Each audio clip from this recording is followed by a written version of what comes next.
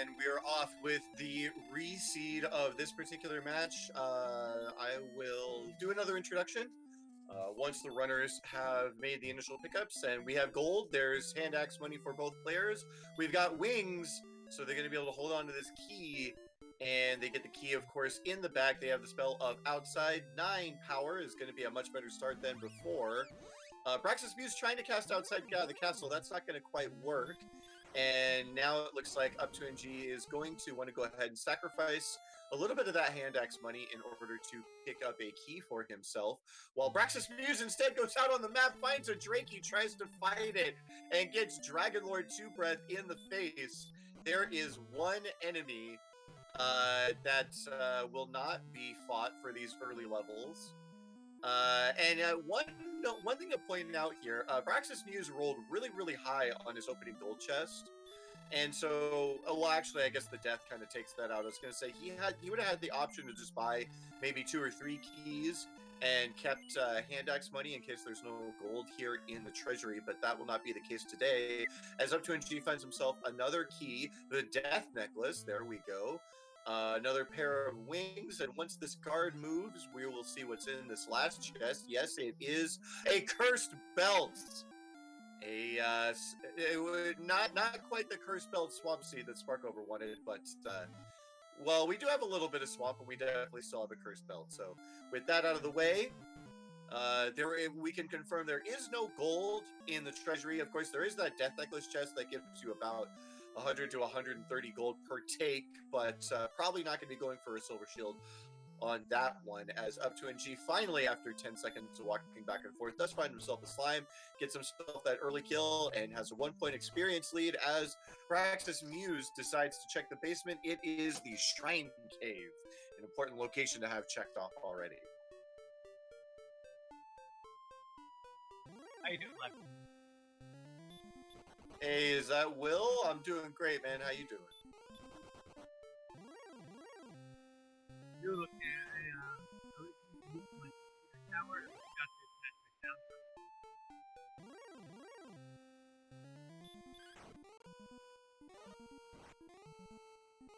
Alrighty, and Braxis Muse heading down towards a different zone, finds a red slime, and is going to be able to take that out for a couple of experience points. up2ng getting back-to-back Magician.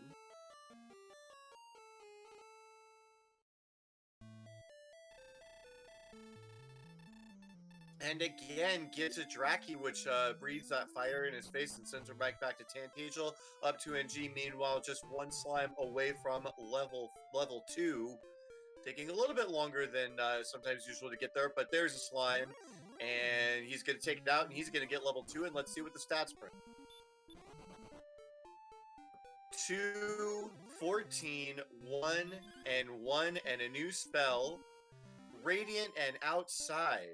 Okay, no oh, there's a metal slime. Good thing they said. Okay, by the way, I mentioned this before. Oh, and an excellent move. up2ng kills the metal slime. Is going to get the free level 6 scared metal slimes be damned. up2ng pulls it out anyway. He's going to have a huge lead. Heal, hurt, and repel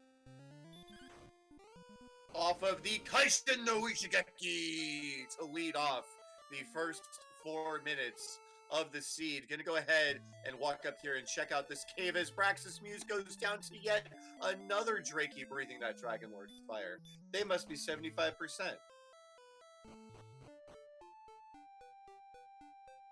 Let's go ahead and throw that up here. Oh, they are 50% and 25% to heal. So either way, no matter how it shakes out, unless you get a critical hit, you are definitely not going to be killing one of these Drakeys anytime soon.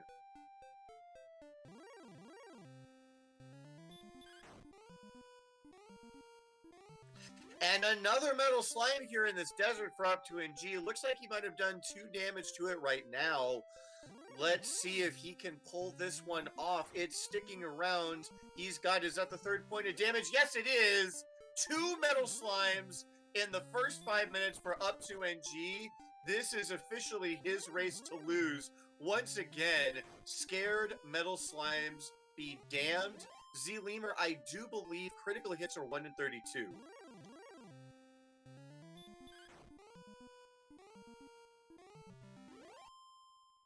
And you hate to see it sometimes.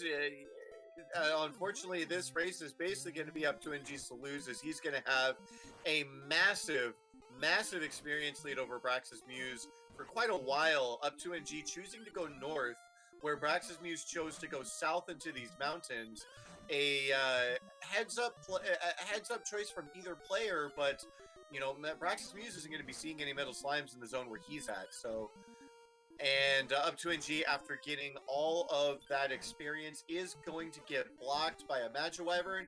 The Magiwyvern's going to spam Stop Spell, which isn't going to do a whole lot to actually kill up2ng. He does manage to get away. He's going to fight a Droll. Meanwhile, Brax's Muse, the struggle continues as he gets bopped and sent back by a Magician. I hope that Brax's Muse, whatever level that up2ng got hurt on, I hope Brax's Muse can get that level quickly, because that's going to assist him immensely in trying to catch up with this experience. And a wolf breathing that dragon breath on up2ng was about to find a town, instead going to get sent back to start.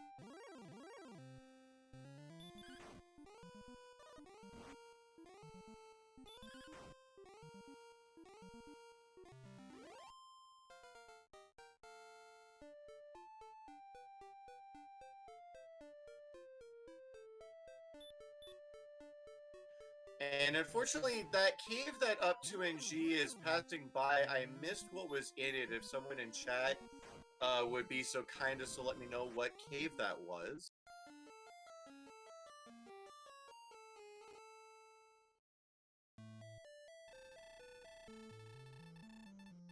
Alrighty, chat letting me know that it is the Stones of Sunlight Cave with a key. That is much appreciated.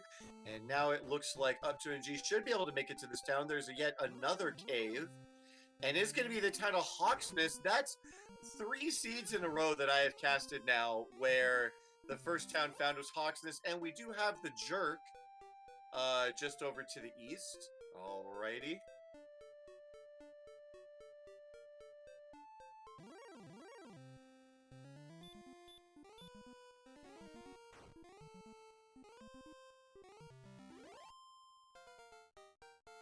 Alrighty, and it looks like up2ng has found the grave and is going to utilize that hurt spell to maximum effect, taking out this Drakima. And Brax's Muse has made it to level 3, is going to get that hurt spell. That's going to help immensely, like I said, in cutting into this experience lead. Obviously, again, this is up2ng's. He's got to employ all of his skills and abilities with Dragon Warrior Randomizer, and this should be a huge lead for him, but the leveling will be much more efficient now for Braxis, as he does have that hurt spell.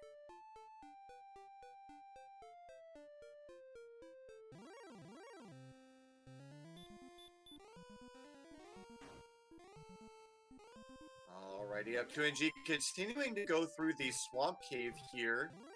And no, never mind. Oh wait, no, he's not going to die yet, but no, he's going to die this time for sure.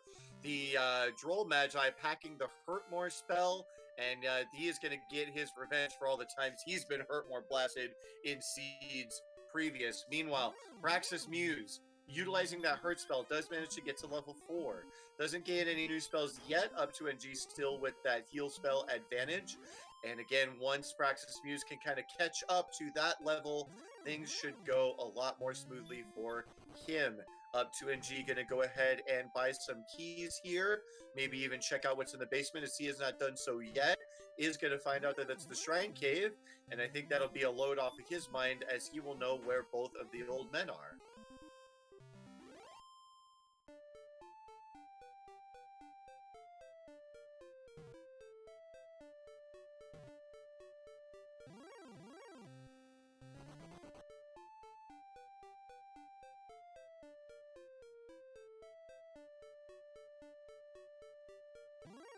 So now we have, we can see a divergence in strategies here, up2ng with a lot of with the experience advantage and some decent stats, is going to go ahead and go out on the map, while Praxis Muse has been just diligently trying to grind out levels. Once again, a metal slime here for up2ng. I don't think he's done any damage to it so far, but it really is sticking around. Okay, now the metal slime runs away. There will be no third metal slime for up2ng just yet. But, oh, the Scorpion breathing Dragon Breath on Praxis Muse will send him back to town, but that's kind of the benefit, is that is going to restore all of his MP. Hey, Lavkian, how you doing? I'm doing great, Will. How are you? I just moved my computer tower, and I forgot to reconnect my my sound device, and now that that's all set back up, I'm ready to go. As someone just coming into the race 10 minutes in, it looks like up2ng maybe got a couple criticals on the metal slime or something from what I was. Yeah, so there are metal slimes. If you're looking at up2ng right now in this desert area around this cave, there are metal slimes there, and basically up2ng went about 2 or 3 steps north out of zone 0, and he just must have clipped into another zone because he found a metal slime and just immediately destroyed it with a critical hit. And then he went a little bit north into the desert, I imagine looking for zone 1, and instead found yet another metal slime, and that one he killed the hard way with 3 1-damage strikes, and that pretty much factors into the entire lead that you see here now. I got everything set up. I got the big screen with the big show on. I'm ready to go. Awesome. Sounds good, Will. Alrighty, and so far, okay, it looks like Praxis Muse is still, again, grinding away with that hurt spell. up2ng has seen, we have here the Stones of Sunlight Cave with a key right next to up2ng, and just a bit to the east we have a town of Hawk's Nest, as well as Garenham's Grave, which so far we have not seen exactly what's inside yet, as up2ng has been stopped every time he tries to go through. Let's see if he tries to go through again. Looks like no, he is going to decline and go to this cave up to the top. Okay, no, this is going to be the grave, not the one that's below Hawksness. It's the one that's above Hawksness. So he is going to go ahead and take another shot at this cave. Going to find a wolf. The wolf is breathing that dragon fire. He throws out a hurt. Only does 9 damage, technically risking death here if I understand the numbers correctly, but no, not going to die just yet. Drops another 9, drops another 12, and he is going to take out this wolf to inch himself a little bit closer to level 9. And down on Praxis Muse screen, it looks like he's looking for scorpions, or are there other enemies he's looking for in that area that provide more experience? Absolutely, making maximum use of that hurt spell that he got at level 3. Took him a while to get off the ground. There are Drakies in the area with 50% Dragon Lord 2 fire, and I do believe the Scorpions also have Dragon Breath, as up2ng gets bopped out of the grave yet again, this time by a Wraith. And it looked like the new spell threw off Brax's menuing because he accidentally healed in that first turn instead of hurt, and I think he might have meant it. Yeah, that's definitely never happened to me at all, ever. But at least he can be happy because he has Repel.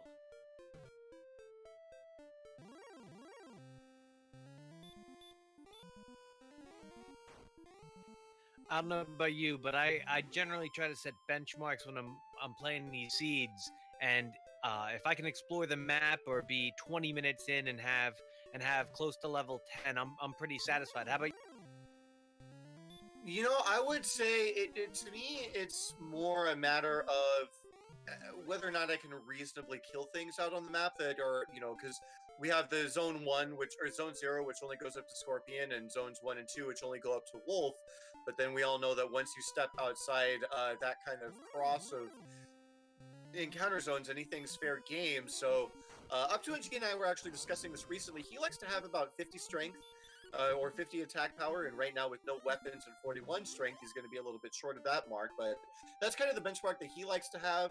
I like to have at least one healing spell in my back pocket. Obviously, Heal More is the great one to have. Heal in this case is great because their HP and MP totals are still pretty low. Basically, the hurt spell, heal spell, or enough strength to reasonably take down maybe a werewolf or a specter. That's the kind of thing I would be looking for personally. And was underneath Tantagal something like a consumable, either the tablet cave or the free? The basement of Tantagel is the Shrine Cave. So Shrine Cave and Jerk have been found by, I'm sorry, Praxis Muse has seen the Shrine Cave. He has not found Jerk yet, but he will as soon as he steps out of this little peninsula that he's been grinding on for the last 15 minutes. So both old men will be found very easily. There will be no hunting for them today, only for we've seen the grave. And so the mountain cave might have a key item in it. The grave might still have a key item in it. We don't know that just yet. Yeah, no hunting for old men today. They have all been located. I've always kind of toyed with this strategy when I get the death necklace to start about if I don't need to go into the basement again using it, but I never get the gumption. Oh, right. Yeah, just slipping it on from the get-go. That is a strategy that some people employ in seeds that have incredibly low attack power. But no, in this seed, you are going to need to go into that basement at some point. And so, yeah, putting on the death necklace right now would not be advised. And Jerry Gamer in chat says, is there a gold grind? Well, so technically, yes. There is no gold chest in Tantagel Castle, but when you pick up the death necklace, you can only pick up one per seed. And so when you go back to that chest later and try to pick it up, you're going to get, I believe, anywhere between 100 and 120 gold. So you could technically do a gold grind on that, but we'd be looking like kind of a vanilla 20-minute gold grind situation. So not going to be the most attractive for either of our runners. You don't want to grab 100 chests to be able to get the silver shield almost? 100 to 140? I think I'm okay on that one. I have done the death necklace chest grind for full plate, and it still feels bad. Braxis has made a low-key gain on EXP because of the deaths up2ng has had to take. I think ETAP just mentioned that in chat, and I think these Wyverns are doing some good work for him. Absolutely. It looks like Braxis has found himself a very, very nice zone with Wyverns, Green Dragons. These are things that he can potentially take down with that hurt spell. And this really goes to show, the hurt spell is pretty underrated. The hurt more spell, obviously, doing more. But when you're in an early situation like this, when you get hurt early and you don't have any special weapons, you don't have any, obscenely high attack power, that hurt spell can actually prove to be extremely useful. And making use of it against things like wolves, like up2ng is doing here, and wyverns, like Praxis Muse has been doing, those are the signs of a true veteran player. And that is a way that Praxis Muse could potentially catch up in this race. I'll tell you what else hurts, though, when those Star Wyverns have stop spell and you smile, and then they have DL2 breath, and you go back. Yeah, let's go ahead and let's take a peek. I know I saw a stop spell out of the Magi Wyvern. Let's see if they have anything else behind. Oh dear, it looks like Magi Wyverns are 75% stop spell, 75% hurt more. So these were appearing kind of around that northern desert zone that up2ng was in before. If either of these runners could pick up the stop spell for themselves, that would actually be a pretty free way to get a lot of experience. Unfortunately, Praxis Muse, up2ng finding another grind spot here, trying to get to level 9, pretty close to that. But Praxis Muse getting bopped by, I believe, a Green Dragon and sent back to start once again. I also think if they find Edric's armor, you can take advantage of that 75% by knowing that stop spell will never. Oh, absolutely. Yeah, once you get Edric's armor, those things are pretty trivial. That's a good thing to point out. It's crazy how low the attack is at level 8, where it almost makes more sense to hurt rather than attack still on something as easy as Scorpions. Absolutely, yeah. 41 strength, not the best total I've ever seen, but Archfield Monk noting that there were sleep green dragons, so I went ahead and threw up the official stats. They are 50% sleep, and I believe I saw 25% hurt more, so another enemy that you're going to want to throw that stop spell at as soon as you. So I'll put you in their shoes. If you had the opportunity to buy a club right now, do you go do it, or do you buy something like a small shield? In this scenario, with the hurt spell, I'm not sure I would buy a club. Copper Sword, maybe. A hand axe definitely would help out. That would bring their attack power up to 56. I don't know the Copper Sword's attack power off the top of my head, but Copper Sword would be my preferred kind of low boundary to getting a weapon, as Brax's Muse is about 3 steps away from these chests that up2ng has worked so hard to get to. I believe up2ng cleared them out. I think we saw an herb and some other things out of there. I can't remember off the top of my head now, but we will have to wait and see when Brax's Muse grabs them if anything's important. And now up2ng making it to level 9. Look like nothing of too large consequence there. And it's the moment of truth over for Brax's Muse. Oh, and a heal more from the wolf takes away the opportunity. Oh, it takes away the opportunity for the 40 experience. It's very unfortunate there. Brax's Muse is going to pick himself up a torch, an herb, and another herb. So not a lot of important items here on the top floor. Looks like Brax's Muse is contemplating a dive for the rest of the items here. Does have keys. Both runners started out with keys. I think So we'll have to see how far you can dive. I think it's a good move, and one of the rare times I might incentivize doing a little bit of a gold grind, getting up to maybe even as much as 1,500 for a broadsword, because they could really use that. Absolutely. It is a little unfortunate that the only town that has been found so far has been the town of Hawksness. Because, yeah, you could do a small gold grind out of the grave here. Potentially could go up. I wouldn't even not going up to about 4,500 or even 6,000, because then you have the option of buying a broadsword, large shield, and half plate, and that would put you in a pretty solid position compared to where our runners are now. Potentially letting you take out some of those mid-game enemies like werewolves and specters and things of that nature. But up2ng right now, just plugging away, trying to get towards level 10 as quickly as possible. And get used to seeing this Star Wyverns and another run.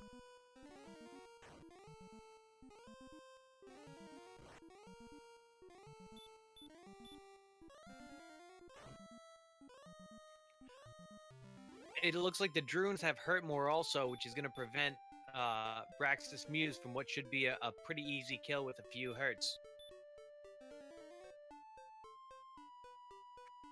Absolutely, and I'm not sure if Brax's Muse has not been across this bridge yet. Looks like, nope, he's looking for those wyverns and pretty much anything you can throw the hurt spell at. So, we're about 23 minutes and 30 seconds into this seed, and both runners having a little bit of a tough time here. Someone was mentioning that they were trying out, it was Hyro fella, was saying he went ahead and tried out that seed that up2ng and Brax's Muse both declined, and apparently he got Heal More at level 4, and Cantlet was just a few steps south with Flame Sword, Magic Armor, and Silver Shield. I almost wonder if they would have rather played that seed instead of this one. I don't know, that swamp can be pretty imposing to begin with, and if you go the wrong way, you could spend 20 minutes getting. It is absolutely a possibility, but unfortunately, in this race as we have it right now, Brax's Muse has yet to have seen a single metal slime, I do believe. Has been walking through that zone, and a little unfortunate, as that would be one way for him to make up this experience gap, but still being very diligent now as Brax's Muse is up2ng. Looks like he's going to pick a different direction and head northwest and see if he can find himself a town. We've got 4 caves knocked off the map. And only one town, so odds would dictate that they should be finding another town sooner rather than later. With pretty terrible defense and I'll say halfway decent agility, I don't mind the idea of grinding gold up to that 1500 mark, saving the game, and then just going all out trying to run in a direction to find some place. Absolutely, it's definitely a strategy that others have played in the past. However, there is a bit of a gauntlet to run through here to go in the direction up2ng's going. We've got mountain tiles, and there are AK-47s hiding in those mountains. Now, fortunately, somehow up2ng, using his 42 agility, was able to get away from that armored knight. And that pause indicated to me that he was just as surprised as I was up here in the caster's booth. But that run is going to let him continue in this direction. And unfortunately, he is going to be continuing towards dead end. He might not be continuing too much longer. No, very likely not going to go ahead and love tap this armored knight on the chest. And the armored knight is going to respond by breathing dragon breath. That's actually a fairly good thing to see. Let's go ahead and check and see what the percentages are on that. And Braxis just got the bad news. Magic Wyverns have hurt more after they land their stop. Oh dear, it looks like they do have the 75% fire, but they are also packing the heal spell behind it. So a little bit of a surprise waiting for our friends here. Praxis Muse has found Cole. If there's one way to catch up right here, it would be to grab the armor in the search spot. Let's see what he gets. Fairy Flute. Of course it's Fairy Flute. That makes it really competitive.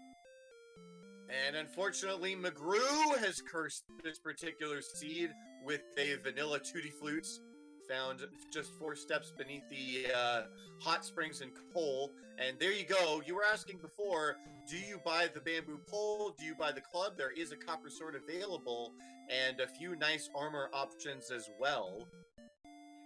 Yep, he's gonna go sell that cursed belt, buy a copper sword, and he's gonna turn that 34 into a 44 and hurt almost some.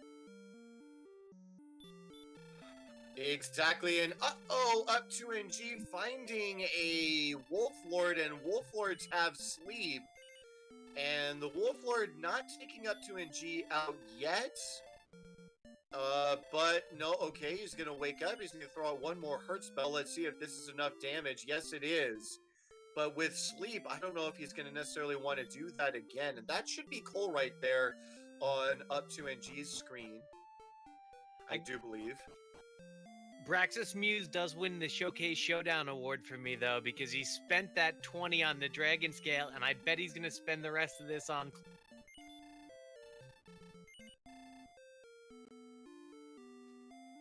clothes aren't available. No, no clothes today, unfortunately, so not quite the modest hero today, still walking around with no armor, but does go ahead and pick up that copper sword, gonna increase his attack power a little bit, and meanwhile, the Wolf Lord is gonna continue to plague up2ng, throws out the sleep, and goes ahead and sends him in a body bag back to Tantagel Castle. Now, Braxis Muse gonna go ahead and get a first look at this cave. And I'm willing to bet money that this is going to be Swamp South here, one of the two ends. And yep, there it is, Swamp North. We do have our path to the opposite continent. The joke's on the AK-47. You're only getting 5 gold.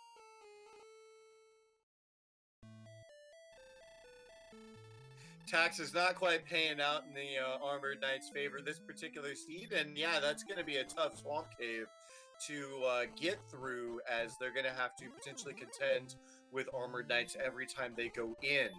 And up2ng doesn't know that yet, but if he's going to go cave right now, he will find out shortly. Knight drops a hurt more. I think that's the 4th enemy we've seen with hurt more so far.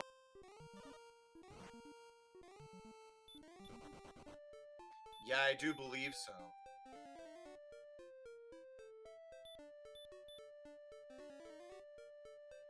And straight out of Melmond, it's not everyone in the community. Everyone is a game show fan.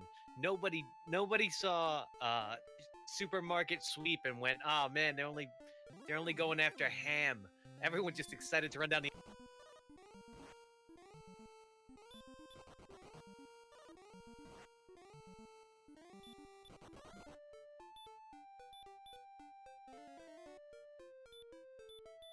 And the Wraith Knight was nice enough to leave Braxis Muse with one hit. Up2ng is about to get some Fairy Flute news.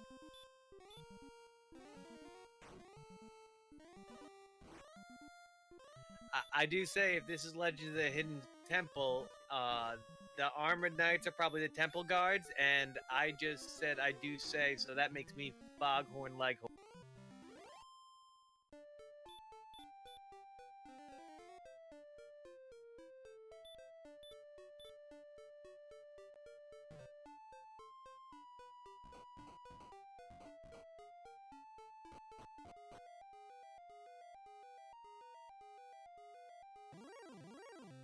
Right now, it looks like a split screen because Braxis Muse and up2ng are going for the same thing at the same time with just about the same stats.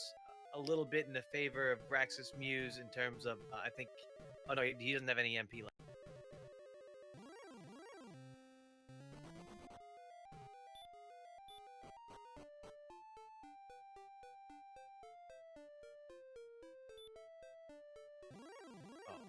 And Braxis is able to get to the other side and hopefully finds the town soon.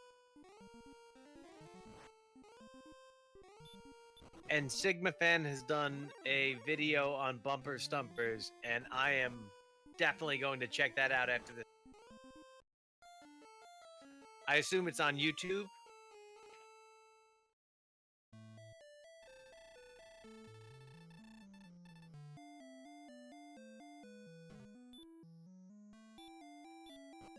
up2ng is right on the cusp of being at level 10. Good amount of MP. Braxis Muse got sent back to the king, but right now, I think up2ng is going to try his luck against this.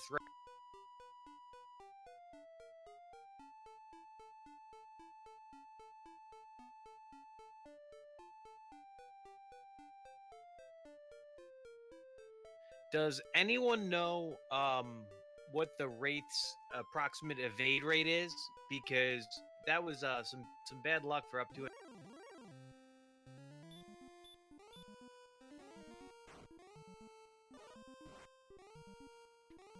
Looks like it's gonna be Braxis first, the Droll, who I always insist looks like a couch, but like a Nickelodeon couch. Like something you'd see on Roundhouse.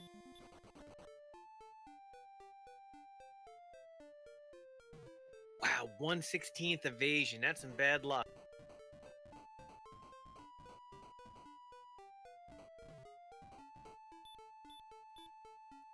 And the Wyvern is gonna try his luck against up2ng. Just at that level with the life where 21 damage could be any time, but it might also be in the teens. That's just enough to get to level 10. Power increases is probably going to be welcome. And what spell do we see? I see a more. Was it a hurt more or a heal more? Heal more. Now we can get to exploring.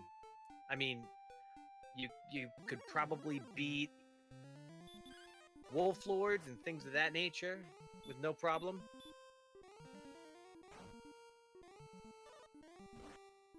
And a Poltergeist is kind of what Braxis Muse want to see. Get 16 EXP without too much.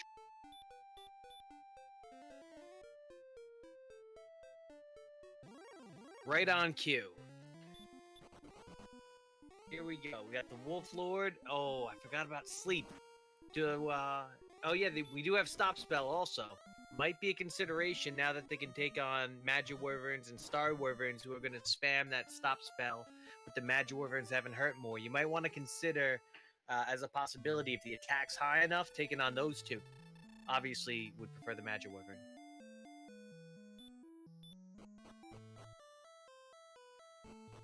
Unfortunately, I don't think Braxis Muse has unlocked stop spell or heal more yet, so it's going to be a while.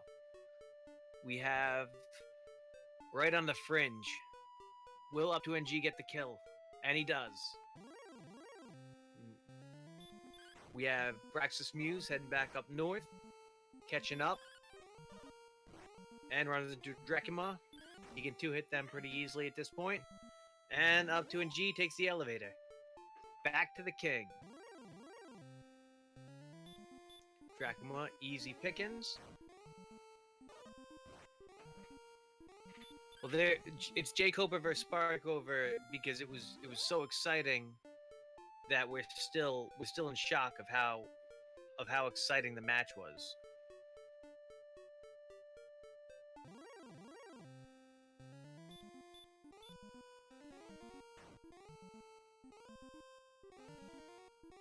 A Druid Lord is right on that fringe, does too much damage to take lightly, and sleep. Another enemy with sleep and hurt more.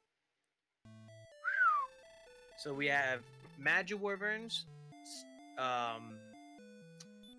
Druid Lords, was it Wolf, and one other enemy. Come to me later. Alrighty, my apologies. I did have to step away for a brief moment. Looks like we got up to a G, making it to level 10. And it looks like level 10 did not make a whole lot of difference. So a bit of a slow start in the early goings here for both of our runners. Hey, Lavkian, do you ever listen back to these streams? Every once in a while I do, yeah. Oh, I only said nice things about. Oh, wonderful. I will definitely be looking forward to hearing all those nice things that you said about me. I'm just joshing you. Unfortunately, these Wraith Knights and Knights don't seem to be playing. No, it doesn't look like they're playing too terribly nice here as up2ng trying to take one down with the hurt spell, but not quite getting the rolls he might like. No, does take down the Knight for 78 experience. Very nicely played. It's almost like he knows the game front to back. Alrighty, making it through the Swamp Cave. I'm not sure if this is the first time or if he's been here before, but it looks like he's going to go ahead and flip a coin and pick the east direction. Not going to find much over here except for a Magiwyvern. They had explored slightly west of the cave and ran into some guards, temple guards. Oh no, the temple guard took half of one of their tokens. Oh. I mean, they didn't get the Shrine of Silver Monkey, as was mentioned earlier, but, you know, they're pretty confident that they'll get those nice BK Ratchtech sneakers. The light-up ones? I don't think they can get those LA lights. They gotta get that Ratchtech. Oh, that's right. The LA lights are for getting on top of the aggro crag. I forgot. Yeah, they didn't have the guts. Or maybe you could win a pair of LA lights by making sure Mikey makes it to the finish line in Nick Arcade. I will always have a soft spot for that game. It provides my love of board games and video games and game shows. It was ahead and behind. Oh, absolutely. Oh, it's kind of wonderful too, watching those kids try to beat the high scores. You'll play like a Galaga where the high score is like 10,000, something you can do in your sleep for the most part. But of course, you know, we may be more experienced than the average Nick Arcade participants. As we look here, up2ng looks like he's still devoutly trying to get some exploration done. Not finding any very attractive grind options, so wanting to get as much exploration done as he can. WillWagnerMusic finding a cave. I don't think we've seen this before. Probably is either mountain or tablet. He's hoping for mountain, but unfortunately it is tablet, so one free chest here. Right now, the Wraith Knights are kind of regulating how much of a lead up2ng can get, because there are a lot of enemies he can beat, but a Wraith Knight is really tricky and can give him some trouble. So Braxis right now is going to have to get a little bit of luck to catch up on a pretty sizable EXP lead, almost 3-1 at this point. Yeah, again, those are early. I mean, the lead has definitely grown beyond those 2 metal slimes, which shows you how valuable they can be. He was only, you know, after killing those metal slimes, he was about 500 experience ahead, and now looking to be around 1,200. As again, WillWagnerMusic has been diligently trying to get any experience that he can with the supplies and skills that he has available to him, but with those wolf lords doing sleep and wyverns appearing in zones with other nastier monsters, it's really, really difficult for them to get off the ground. I think a point was made in chat that the kids watching won't know what Nick Arcade is. They'll either probably think it's Johnny Depp's character from a '90s movie, or Nicolas Cage's character, or if they're a kid and they're watching this game from the '80s, they definitely have to know what Nickelodeon game. Yeah, I feel like outside of the Nickelodeon game shows, I wasn't a huge fan of their programming, but the game shows were just so good. So yeah, I feel like anyone who grew up with a game like this is probably going to have some idea of what those shows are. But apologies if you were lost in our reminiscing. Praxis Muse, I'm not sure if Praxis Muse is on the main continent or the second continent.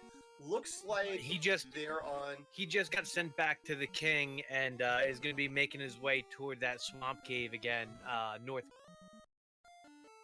So I guess the main question that I had is Sharlock on this continent or the opposite continent? I believe it's on the opposite continent, but I don't know for certain. We can check with chat.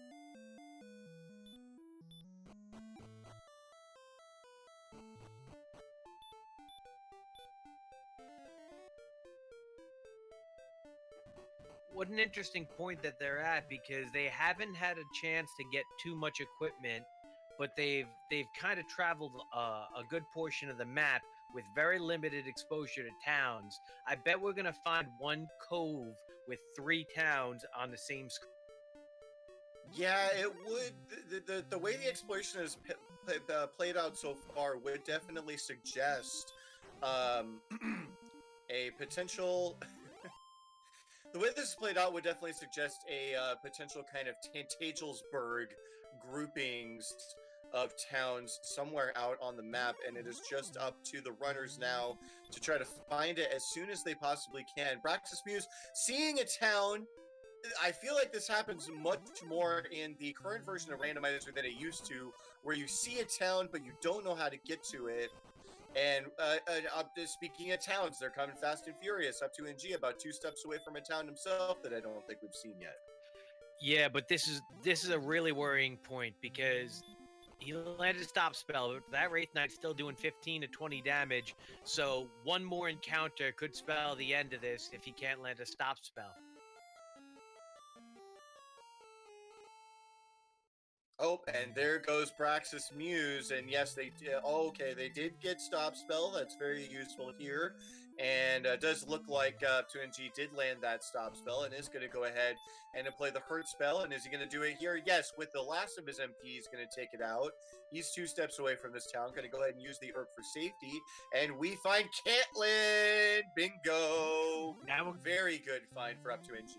We're going to find out if there's coordinates, and the thing I like best about this is when you find Caitlin with keys, you find out right away if you actually need to worry about that spike tile and swamp cave. Otherwise, you can bypass that whole princess idea, especially if you know that you already have one of the other quest items. To find out that there's nothing going on here is such a weight off your shoulders. Exactly. Yeah, huge weight off the shoulders as up2ng is going to go ahead and run a fire sale in his inventory here, getting a little bit of gold in his pocket, even selling the herb. I'm actually really curious what he's going for here. He's going to go ahead and take the inn. It's the inn and a large shield. The inn and a large shield, that's what it is. Okay, I was thinking he was going to go for a hand axe. But yes, in from large shield, very heads up play on the map here. Did already see it in the shop. Going to go ahead and buy that and increase his defense power by about 10 points. Yes, indeed. The good thing about the large shield is that it's one of the few items you can get early in the game pretty readily that you can have at the end of. Exactly. Yes, that large shield purchase will kind of, allow you to set it and forget it in terms of shields, especially good considering we do not have a gold grind in this particular seed. And now, with his 60 HP, up2ng is going to carefully make his way over these damage tiles towards this old man. Let's see if we have any coordinates. The tricky math, and it's pretty good because he has enough heal mores, is making your way back safely while using only enough magic because you can't go to the inn. Right, that is an unfortunate factor here. One that I'm not sure if up2ng had foreseen, but is going to go ahead and have to check out of Cantlin with not very many resources to his name. And I imagine it's going to want to go up north through the swamp and see if he can find anything else before he heads back and maybe attempts to get those coordinates found. Found the ideal enemy. Magic Wyvern, 75% chance to use 2 spells. This is a guaranteed win outside of some really unfortunate luck. Fingers crossed. And I think that he might have heard me because he just used that heal. And sure enough... Good timing for the heal, yes. Very, very good timing. I think he gets the level if he can take it out. I believe that with that, we'll be at 126. So yeah, I think it might not be 66, but I think it should.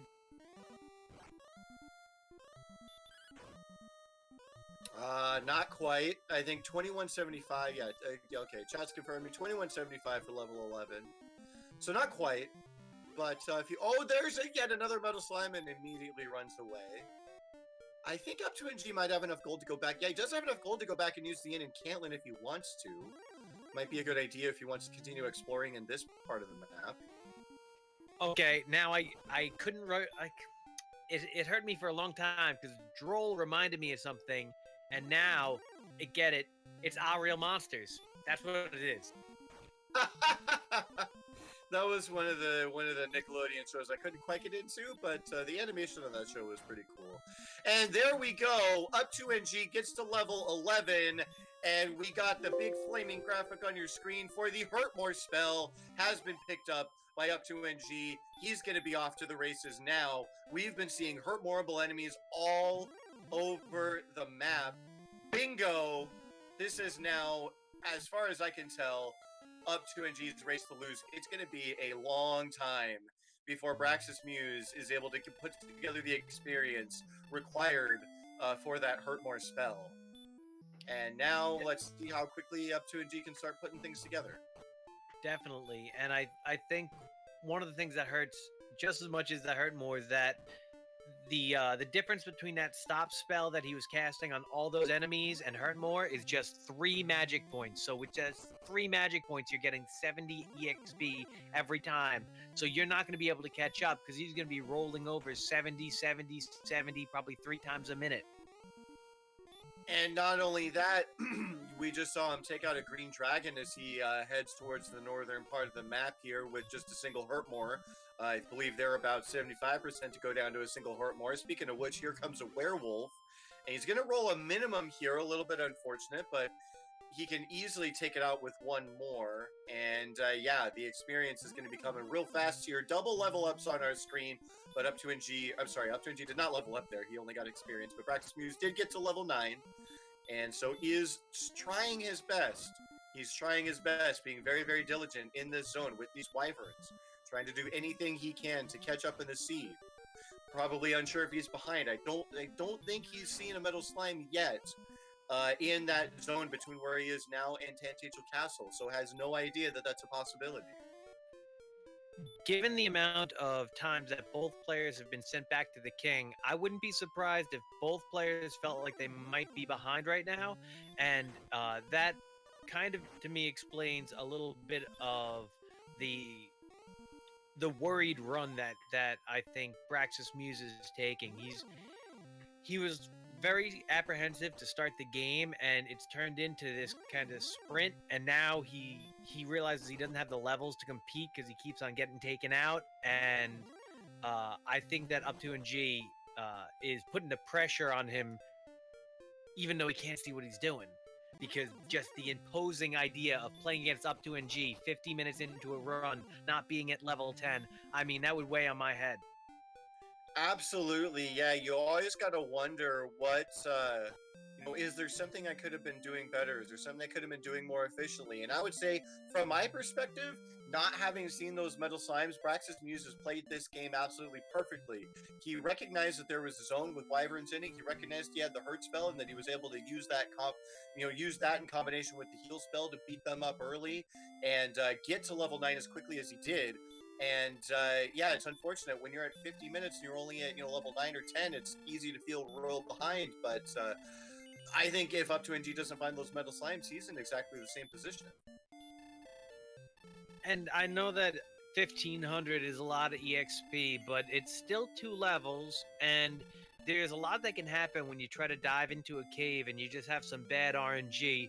So if Braxis Muse has a few coin flips fall his way and maybe can get a level caught up here, I think that that's the only way that, along with some bad RNG on the other side, that he's going to get back into any kind of competition. Because right now, up2ng is just going to roll this all the way to Charlock.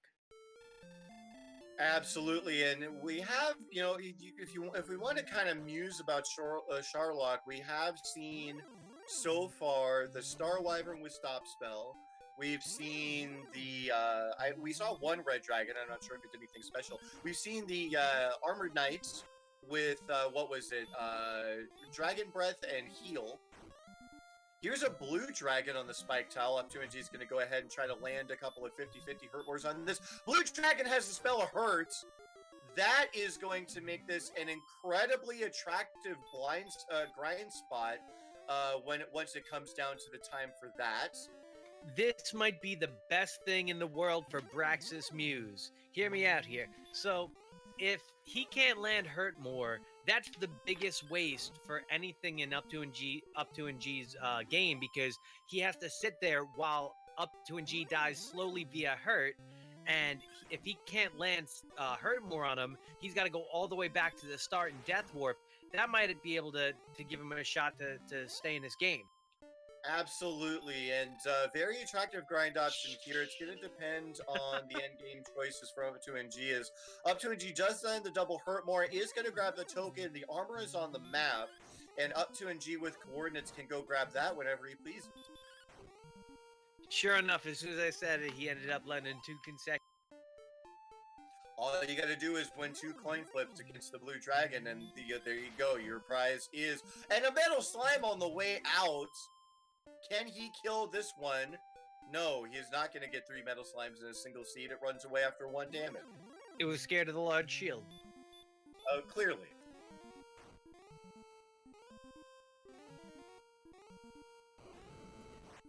With all the different changes that are made to Randomizer, I remember last tournament, some of the players were talking about wanting to have, I think, the torch in battle function like hurt, like trying to use hurt.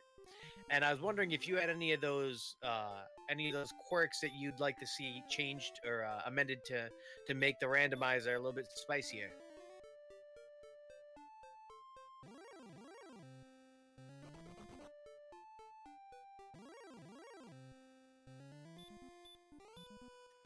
Like for me, the fairy flute we use.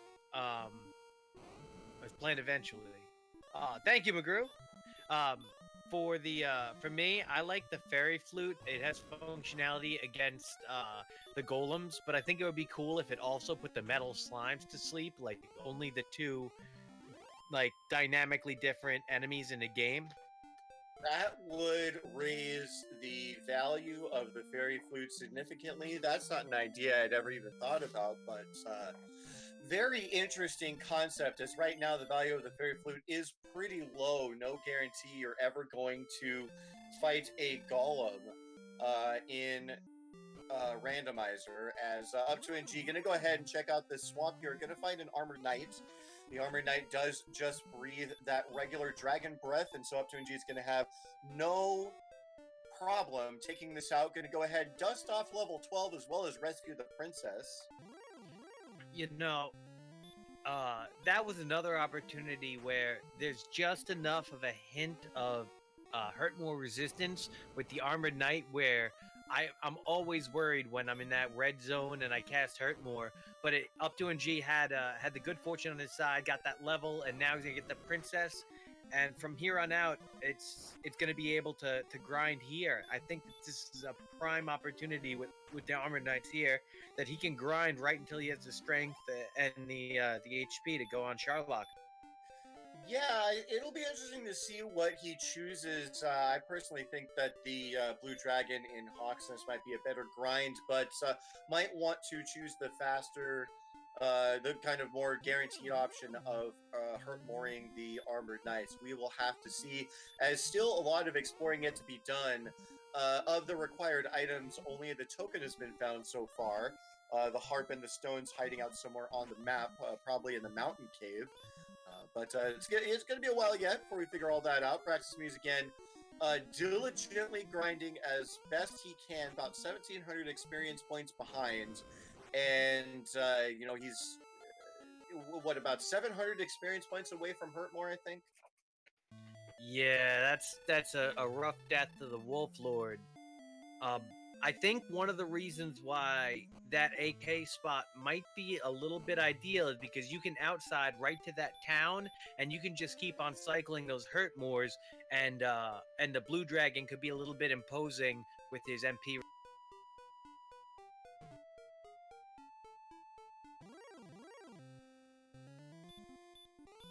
And a little bit of a virtual high five from our runners as they leave Tantagel at about the same time, but headed in different directions. As up2ng, I imagine, is going to want to head towards the opposite continent to go ahead and try to find that armor. Maybe he can go far enough north. I'm not sure. That interaction was this whole seed in a nutshell. It's taken Braxis Muse constant grinding and pressure in order to get the one kill up2ng has been able to do in one foul swoop with just a...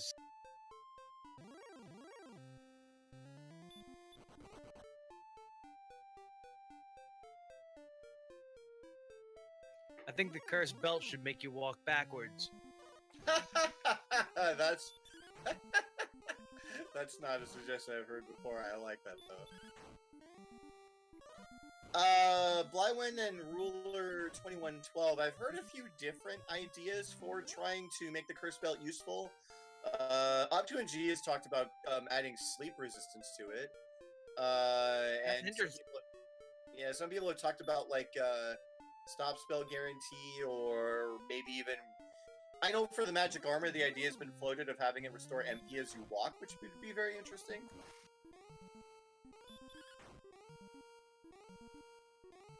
The full plate armor increases chance of critical hits. That would be interesting. The Cypress stick makes you rap like the early 90s.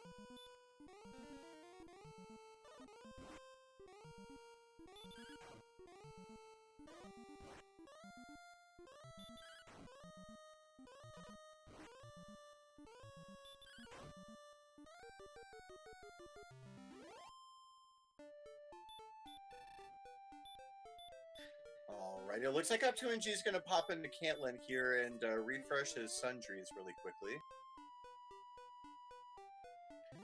With no other grind opportunities for gold, this might be the last thing that up2ng purchases all game. Absolutely, unless we find chainmail or half plate somewhere, it's going to be hard for them to put together the gold to purchase some armor. And then again, of course, up2ng does have an idea of where that armor should be hiding out, does have that Gwalen positioning system to help him even further. And yeah, chat noting more heads up money play from up2ng, sells a torch to get just enough money for that broadsword. While you can get the money back from the copper sword that he had, you have to have enough money to buy the broadsword first before you will get the offer to sell the copper sword. So very heads up play from up2ng. Does get himself a pretty significant weapon upgrade. Definitely, and I think that he kept the Yodeler on them. Was that a Price is Right reference? That it was. Oh man. I don't watch The Price is Right every day, but when I do, you know I stayed homesick from school. Or work. That too. By the way, quick shout outs to Bob Barker. Personal Truth. hero of mine. Truth.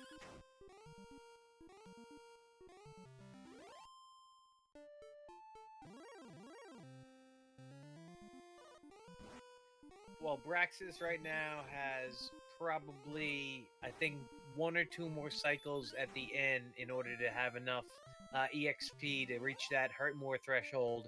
And after he does, that's when this could get really interesting. Because if I were him, I would go right into grind mode and I'd try to make up the levels that I'd have to be behind. Like at an hour into the seed, at level 10, you gotta feel the pressure of knowing that your opponent might be ready to take on Sharlock. And if I were in his shoes, as soon as I see hurt more, I'd explode. Then again, I grind all the time when I play. I overlevel. But I would see that, I would go for the Armored Knight, and I would try to take advantage of what I could. Absolutely, that's a really good point. With I mean, he's probably going to want to check Hawksness first to try to take down that blue dragon and check for, can't re-roll for 37 hours. Straight out of Melman, thank you for that. Yeah, that's a good point. He's probably going to want to go to Hawksness first to make sure the armor's not there. We know it's not there, but he doesn't just yet. Then you're going to want to go ahead and check the Swamp Cave Spike Tell. And once he sees that Armored Knight, maybe he does stay there and grind for a while, and he could potentially catch up really, really quickly to up2ng if he does choose that option.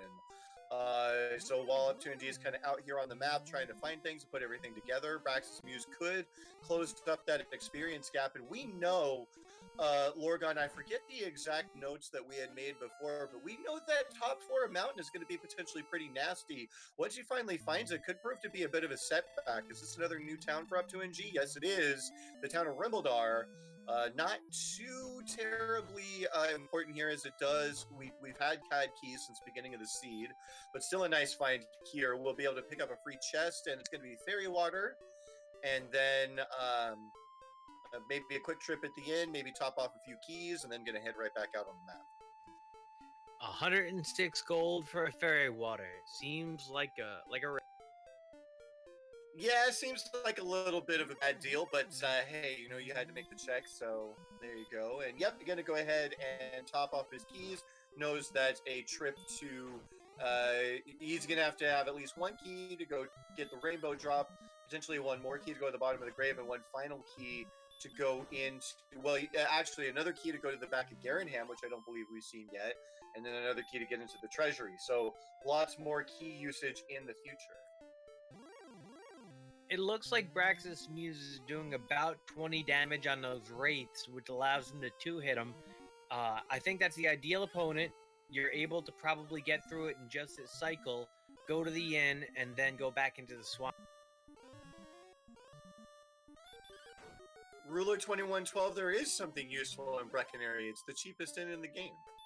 And also the quickest. It also has one of the more frustrating item shops because the NPCs are merciless. Yeah, I would. Yeah, McGrew did open the fairy water shop in Breckenary, something I haven't taken advantage of yet and didn't actually know until he mentioned it in Discord. That is a nice option. If Breckenary is right next to start, at least you can get something out of it. But maybe something else. Oh, is this going to be Garenham for up2ng? Yes, it is. And so this is a pretty important pickup. You did just top off his keys. I think that this is going to be very fruitful. This might also be where the game turns into a sprint towards Sharlock, because how many times do you go into here and find 2 of the necessary quest items you've been looking for? I mean, it's pretty likely. We have yet to see Mountain Cave. I don't know if it's guaranteed. Oh, there's a metal slime for Braxis Muse. I don't know if that's the first one he's seen, but now that he knows that they're there, he knows there's a good possibility that up2ng got one a while ago.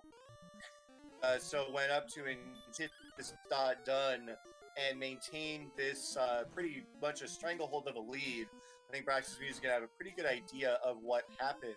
Again, despite those scared metal slime flags, a critical hit is still going to win you 255 experience. Okay, that was some good fortune.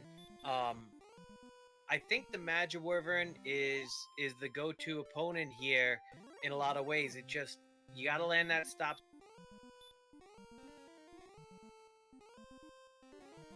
Yeah, once you land that stop spell, they're a piece of cake. 75% chance to cast 2 different spells. Fighter's Ring, Silver Heart for up 2ng. Now just needs the Stones of Sunlight. And again, I do believe that the most likely location, for this cave in the back here is going to be Mountain Cave. So 5 chances. I actually, in fact, now that I think about it, I think we've cleared out pretty much every other cave with chests in it. So not only does this have to be the Mountain Cave, but it has to have the Stones of Sunlight in it. So once up 2ng clears this out, he's pretty much good to go. How when I see a metal slime in the early game, as soon as I run into that encounter, I drop anchor and I try to spam that spot and try to recreate the fight. At what level do you stop doing that, do you think? Right now, it seems like it's a little bit late, so Braxis Muse can't count on that metal slime fight, but up through level 5 or 6, I don't mind metal slime hunting. How late do you go? Honestly, it's hard because it's not guaranteed experience, and so if you find yourself first, you got to find the metal slimes. There's, they might only be 1 out of the 5 enemies in that given zone. You got to hope that encounter zone doesn't have other nasty monsters in it that you can't kill. And then once you find the thing, you actually have to kill it, and the odds are so low. I'm not sure that I do it at all, unless you're in one of those rare situations where you have like 130 attack power, you can kill them in 1 hit, and they're just kind of all over the place. Then maybe I consider it. But for right now, I like Braxis Muse's strategy. He's being very diligent. He's grinding enemies that he knows he can kill. I'm not sure if that was input error or a surprise attack from that particular Wraith. Unfortunate the amount of deaths that he's taking, but he is very close to Hurtmore. Very, very close. The story of this seed for Braxis Muse and up 2ng has been 2 metal slimes, Wraith Knights, and Star Wyverns, because they have been there every time Braxis Muse has tried to go anywhere, do anything. He just runs into that opposition, and he can't run from the fight. When he stops spells, they use DL2 breath, or they have resistance. It's been a nightmare. And up 2ng, I believe, did go ahead and grab those stones out of the mountain cave, and did also get level 13 on his way out as well, picking up, I believe, 11. What do you want to say? 11 strength and 17 HP, so pretty good gains there. He's gonna be real happy right now.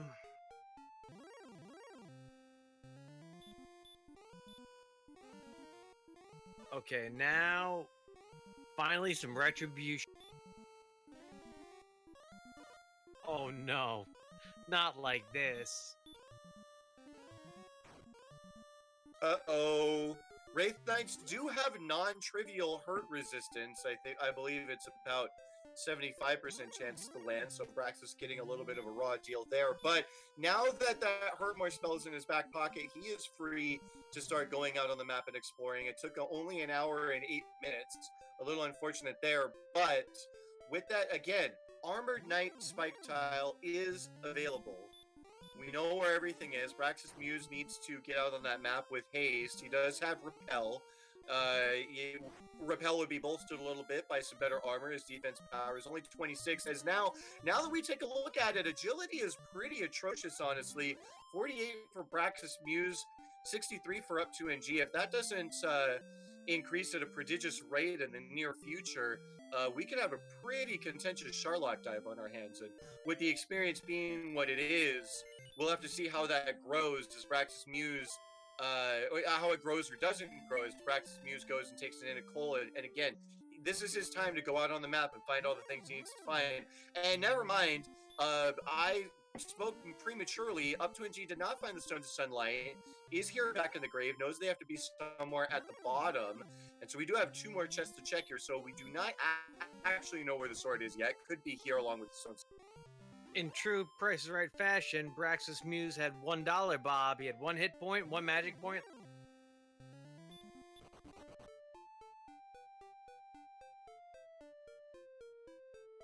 Absolutely, but for now, nothing particularly challenging for up2ng. This Wyvern is going to get obliterated by Hurtmore, and I imagine this Druid's just going to get run from. I think the stones. You said stones of sunlight are still in play, and they can only be here, right? In one of these two chests. He didn't miss the token cave or something. Sorry, I missed that. I misclicked and stepped out of commentary for a second. What'd you say? No worries. Well, I'm just gonna say we know that the stones of sunlight are here. Like, there's no other possibility of another location, and that's where it is.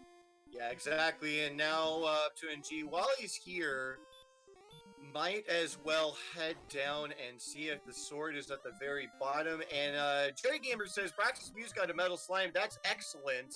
If he can land the... oh no, his spells got blocked, but he's got the copper sword. He landed one hurt more.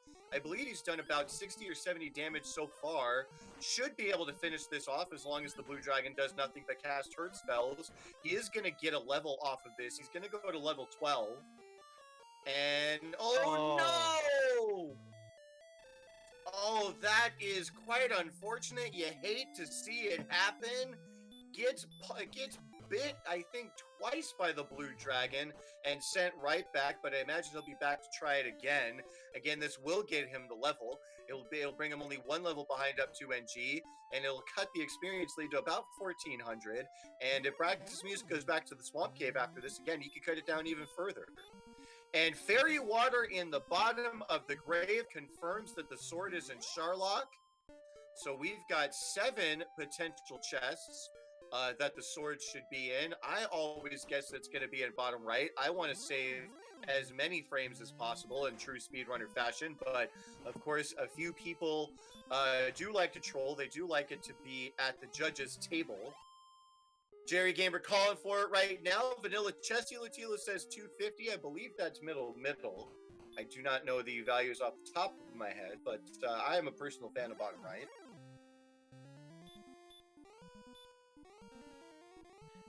I feel for Brax's Muse here going back in, because if he can't land stop spell, then he has to leave the battle pretty much. Yeah, he's trying to land the stop spell first, and to this point has not been successful there. They must have wow, failing 4 stop spells in a row. What is their resistance? I gotta say, I think he runs there. I think you make that run. Oh my gosh. Oh wow, it's a 50-50. Oh, did he get stop spelled? Yep. Oh yeah. You know, wow. that is if you're gonna lose, sometimes it hurts worse when you're right behind him, but when it rains and it pours on you and everything goes wrong, sometimes it feels better than to just get like poked, to have everything rain down at the same time. Just be like, there's nothing I could have done, it was inevitable. Oh, absolutely, yeah. So we can see here that it's 50-50 to land a stop spell, and at 48 agility, it's slightly better than a coin flip to run. So failing 4 stop spells and I believe 3 run attempts, that's about as bad as it gets in terms of RNG. So very unfortunate there for Brax's Muse. It looks like I'm not sure if up2ng is trying to walk out of the grave. I'm not sure exactly. No, he must have gone back to Swamp Cave. Yes, he did. up2ng has the drop. He is in grind and go mode. He is going to just bop these armored knights for as long as he can. Not going to quite get to level 14 just yet, but is going to grow that experience lead. Well, now we try again, this time with a little bit lower MP, but higher attack.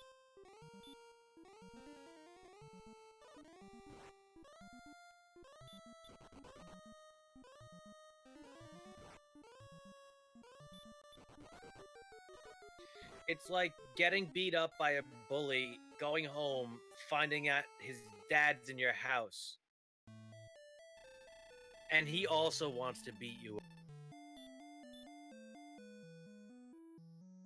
the blue dragon took him down. He went back to try to fight back, and then the fun police were like, "Go to jail. Go directly to jail."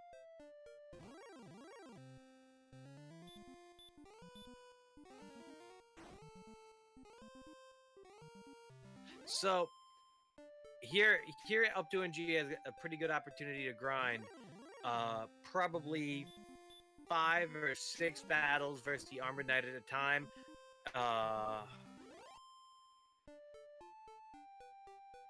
Maybe 3 trips to get up to level 16. Well, it depends on how much MP he gets, especially on this next level. If he gets a lot, it'll... Oh, no! Fails to kill on that particular hurt more and takes just enough damage to get sent back. That's going to slow down the grind a little bit. And so, yeah, there's going to... Well, however many trips it was supposed to take, it's going to take at least 1 more. It's incredible how low their strength and agility is this far into the game.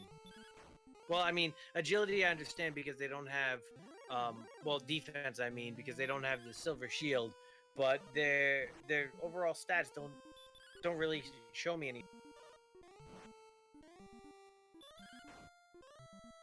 Another metal slime here for Braxis Muse. He's done 2 damage already. Can he get to 3 in a row? Yes, he can. 255 more experience. And while that ties the metal slime count for our runners, obviously metal slimes are more crucial when you get them early on. But still, that 255 experience is going to be very useful to put in Braxis Muse's back pocket. And hopefully he can take down this blue dragon. This time, no! Gonna have his spell blocked again. He's gonna fail to run a few times here. 58 agility he should be able to get away from this blue dragon. He's gonna try another time. He's gonna run away. And he's gonna go ahead and heal up and try again. And I think at this point, after failing those 4 stop spells, he doesn't know that it's actually just a coin flip chance to land it. Yes, he's going to try again. He is going to lose the coin flip again, and this is extremely unfortunate. He's flipping a coin and it's landing on its side. Yes, exactly. That's exactly what's happening. And a level for up2ng, he got 16 MP. That's going to be 3 more hurt mores as soon as he leaves this cave. That's going to make this grind even more friendly for him than it already was. At this point, I'm surprised he can land heal more.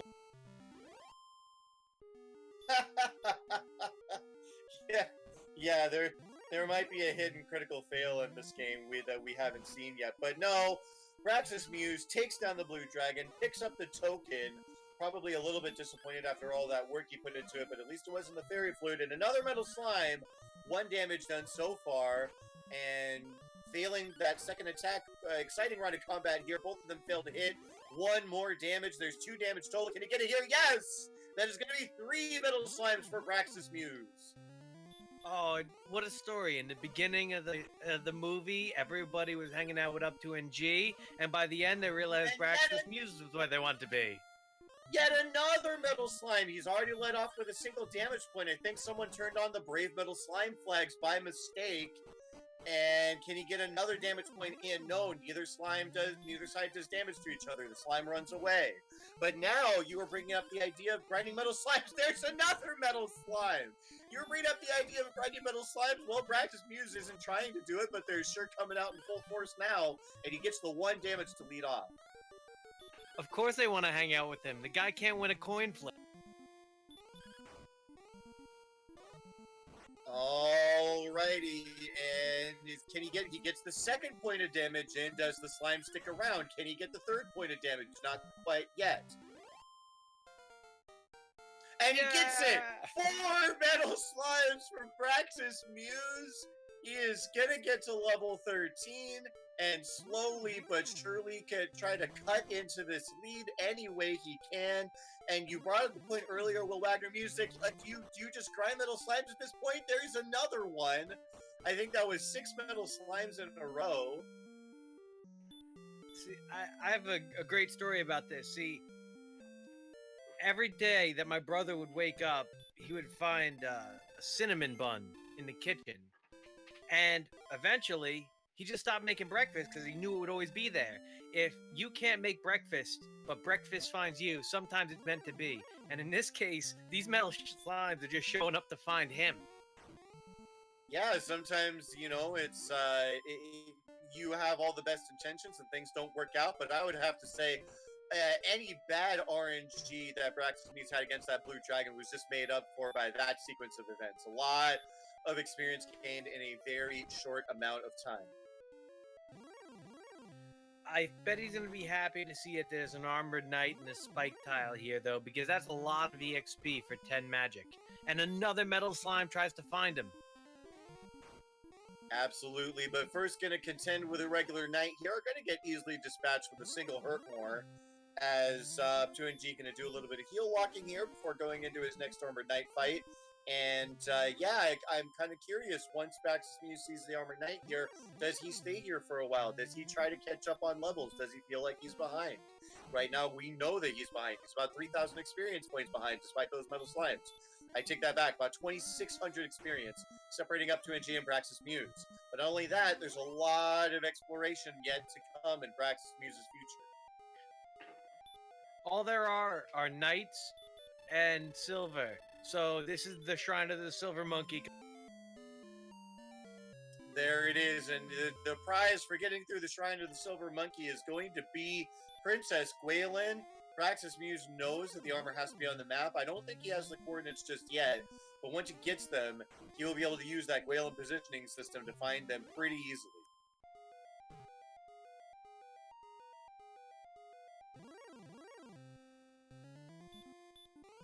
So now that he has the princess, I get greedy. I definitely use the rest of my MP, save up to 14 so I can outside and return.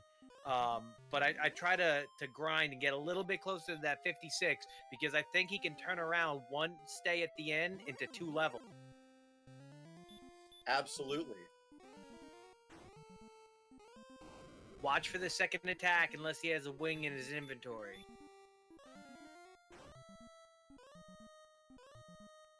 Alrighty, mirrored grinds on your screen here. Braxis Muse is going to... Is he just going to walk out here, or is he going to... Okay, he's just going to take the 1 extra freebie, use that outside spell to safely get the princess out. And yes, just has enough MP to use outside. Does go ahead and use those wings. The princess will be rescued by both of our runners tonight.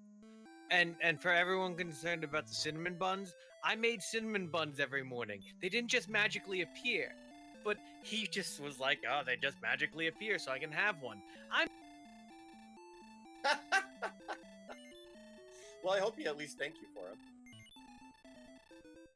You don't thank magic, you appreciate it. Alrighty, so still about 2,600 2,600 experience separating the two runners, and Lorgon wondering, with low agility, does up2ng sword dive? That is an interesting proposition here. Charlock I don't know exactly where it was in relative to Swamp Cave on the opposite continent, but it seemed like it was a pretty long walk with no towns either in between or nearby. So a sword dive would seem a little bit of a less attractive option in that particular case, but not sure what up2ng is thinking. We'll have to wait and see.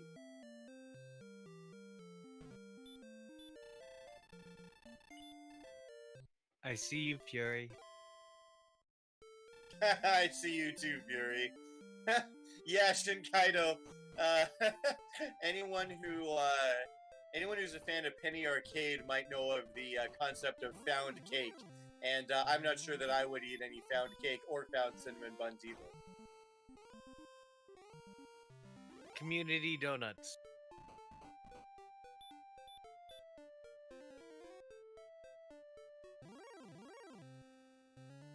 Alrighty, and with that, Armor Knight taking out, it's going to be time for up2ng to go restore his resources here. It has just enough for an outside. And I believe once he takes this in, he should have more than enough MP to get to level 16. So we'll need to see if level 16 has enough. But with 72 strength, he will have 100, and of course the fighter's ring as well. He'll have 114 attack power. So we're still a ways away yet. HP and MP looking pretty good. Agility looking miserable as usual. But that strength is the pretty important deciding factor. And up2ng heading in a different direction here. Curious what he's thinking and where he's going. Oh, no, never mind. Sorry. I misspoke. I do believe this is the Swamp Cave right here. But where is he headed? Oh, Lorgon's saying it's a sword dive. Okay. Do you know why Braxton Muse DP is white? I do not. Because it can't be blue. Oh, no. Oh, dear. At 31 defense power, it is going to be tough going here. No armor, no shield, only the copper sword. And at 1 hour, 25 minutes, and 50 seconds, up2ng is the first to enter Charlotte. Is going to see what's here, going to try to get that sword, and the first thing he sees is a red dragon spamming that hurt spell, tries to land a stop spell. What is their resistance? Let's go ahead and double check.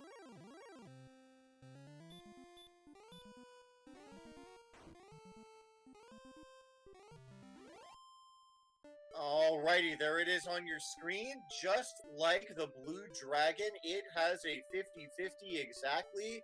You are a coin flip in order to get that hurt spell blocked, but once you get it, it's going to be pretty easy to take it down. 255 experience points to up2ng. If I could pick between either 50-50, I'd rather be the up2ng 50-50 than the Braxton Muse 50-50. No kidding.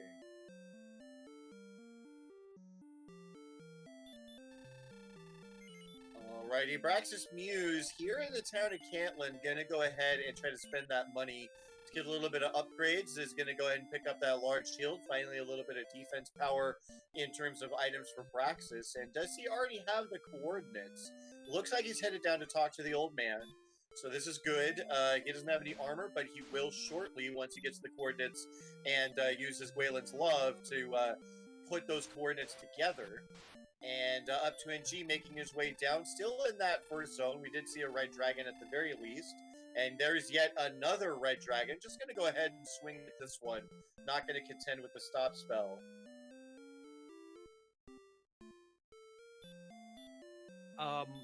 Level 16, is that at 9750?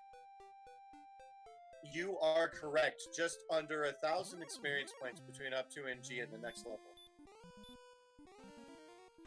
I think if I'm in up2ng's shoes right now, obviously you're not going to get the good run rate from Red Dragon. But what enemies do you think he should stop to fight, and what enemies do you think he should avoid? Well, I would say the Stone Man is definitely something that should be avoided right now, especially given that he's only got the broadsword. Now, I know this is a sword dive. I know he's just doing information. He's willing to use his resources, but these guys take forever to kill and don't really give that much in terms of experience. So I wouldn't particularly fight these things. I'd be looking for green dragons, wizards, and werewolves, maybe even star wyverns if they don't have any particularly nasty skills. We do, of course, know that the red dragon is relatively harmless, so fight those as much as you want. AK-47's probably gonna either run or double hurt more of those. We'll have to see what choice he makes, but so far Red Dragon's all the way down for up2ng, and with that hurt spell, they're handing out ice cream tickets today. I have a question for chat. Now, right now, the attack isn't high enough to really be a threat to attack the Armored Knights and make it worthwhile to use a hurt more and attack. But at what attack power is it worth considering to use a hurt more and see if you can two-hit those Armored Knights to gain experience faster? Because there's a chance that they have to grind later, given how low, well, actually, now it's high enough, but given how low their attack power is in general. So, pulling up the Woodus.net, or sorry, Woodus.com Battle Simulator, which I'm a pretty big fan of, let's go ahead and plug in their current attack power. So I know the HP values have been buffed a little bit from the original Dragon Warrior. I don't have those offhand. I have 68 to 90 as the HP range for an Armored Knight. Probably a little bit higher than that. Probably closer to 75 to 100. And right now, up2ng would be doing 12 to 25 to an Armored Knight. So if one spawned with max HP, let's say Beta Strip says 105. So if we land a max hurt more of 65, that's going to take it down to 40. It's going to require probably 2 or 3 swings. And it's got that heal spell as well, I do believe, in this particular seed. So no, I think for right now, you want to stick to that double hurt more until you get closer to about 120 attack power, maybe when you pick up the sword. Well, that's only if you can't find metal slimes to grind. Exactly, as Braxis Muse does find another metal slime. Looks like he's got 1 point of damage on it already. He's going to get another here. No, that was the third one. That's it. That's 5 metal slimes for Braxis Muse. And here comes another one, leading off with the early point of damage and scares it away. Well, how'd you like a little bit of metal along with your armor? He is the full metal alchemist. The Full Metal Alchemist indeed. Clap your hands once and pick up 255 experience points. I'll take it. Given how bad his luck has been everywhere else, I'm glad that the metal slime exchanges have gone in his favor. Oh, absolutely. No, that he really needed that. And the next level comes through for up2ng. I missed what those stats were, but it does bring, wow, the MP up to 105. That is going to be 13 heal mores for up2ng, making some of the lower attack values a little bit more viable. And another metal slime for Braxis Muse, already done 2 damage to it. It's sticking around. Can he get that last damage point? Yes, he can! Put it on the board! Yes! The number of metal slimes for Braxis Muse now matches the amount of gold that they give when you kill one. That is 6 slimes for Braxis Muse. That's insane. You know, given all the talk of Nickelodeon game shows and all the slime now, it's kind of... It's slime time for Braxis Muse, but in a very, very good way. Call Mark Summers. Although, if Double Dare was metal slime, it would be way more painful to die. Just a little bit.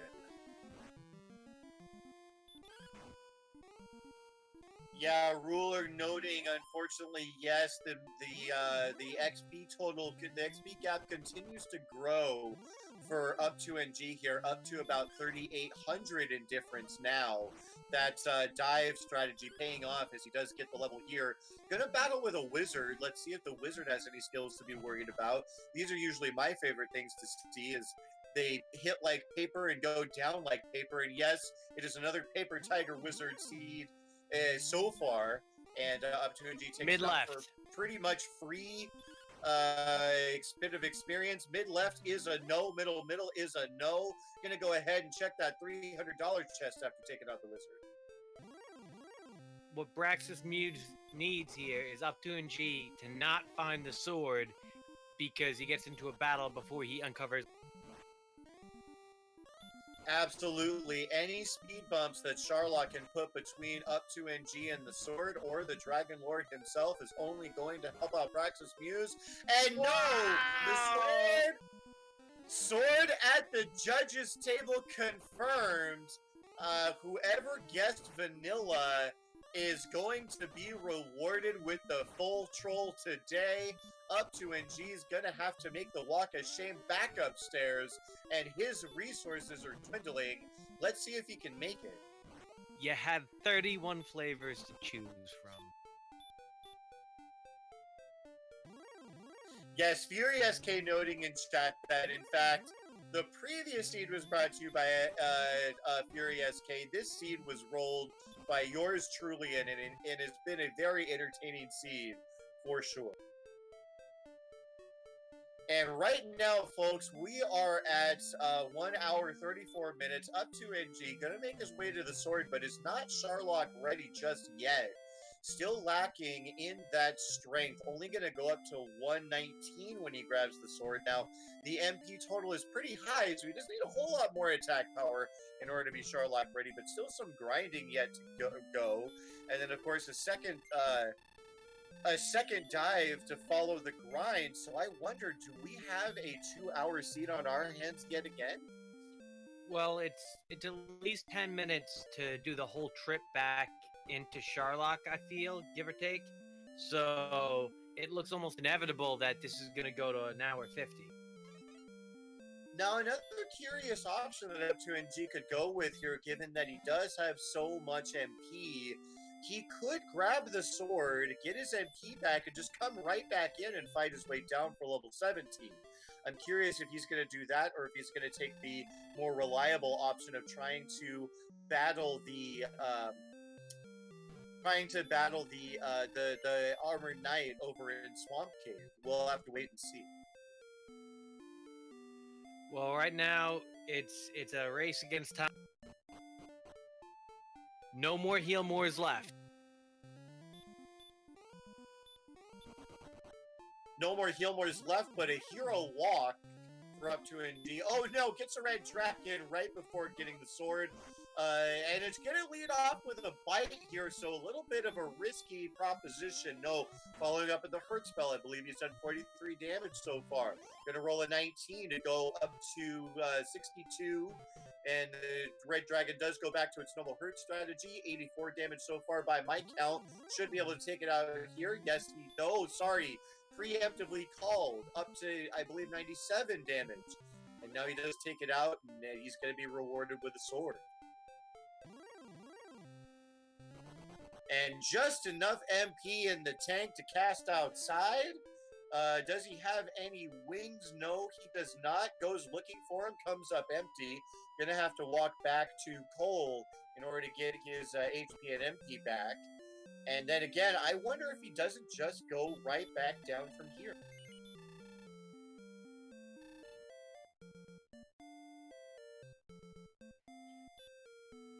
He's real. Yeah, he's about 2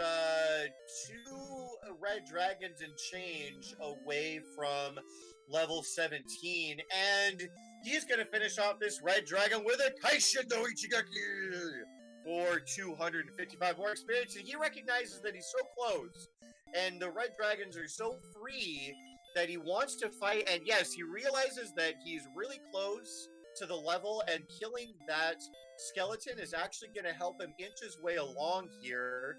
And with that one, he's not quite there yet. A red dragon wouldn't quite do it yet, but he wants the level before he goes back in.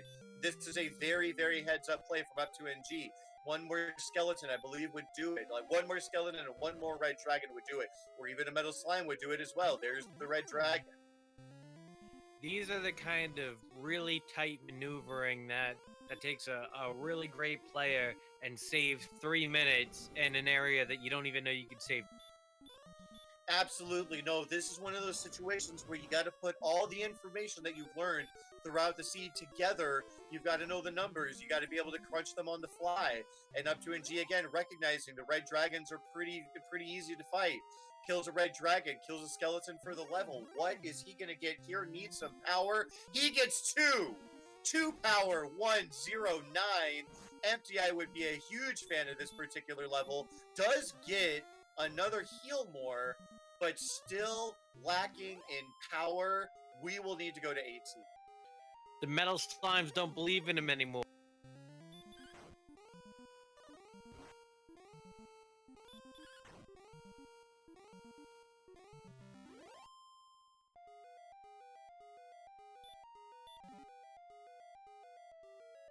It's a good point. He's real close at Silver Shield, potentially.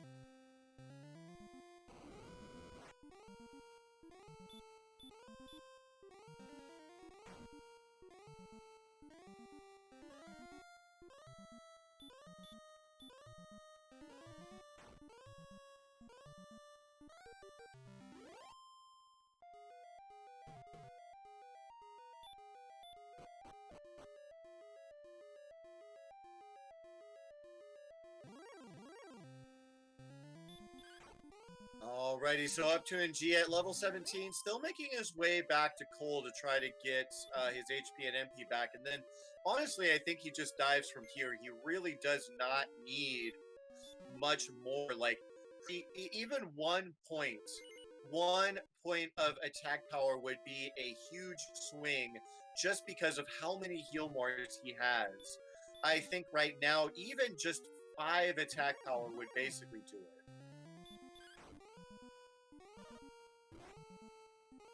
Do you think that maybe 6 magic would do the same? 6 magic would definitely change things in his favor. It would bring him up to 15 heal mores, but if it's 6 MP and no attack power, I think you still need to get another level.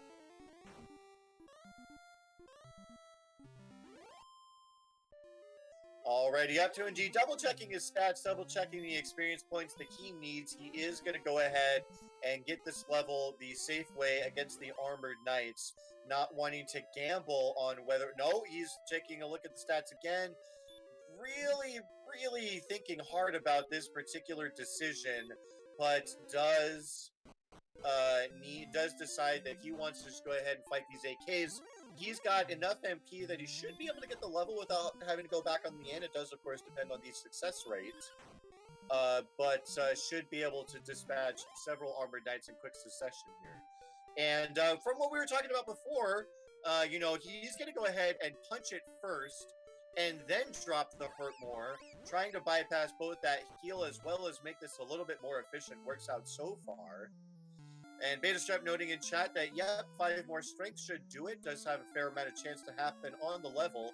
I believe it was Lorgon in our community ran a series of trials to see what the average is. And I believe the average that you get per level is 4.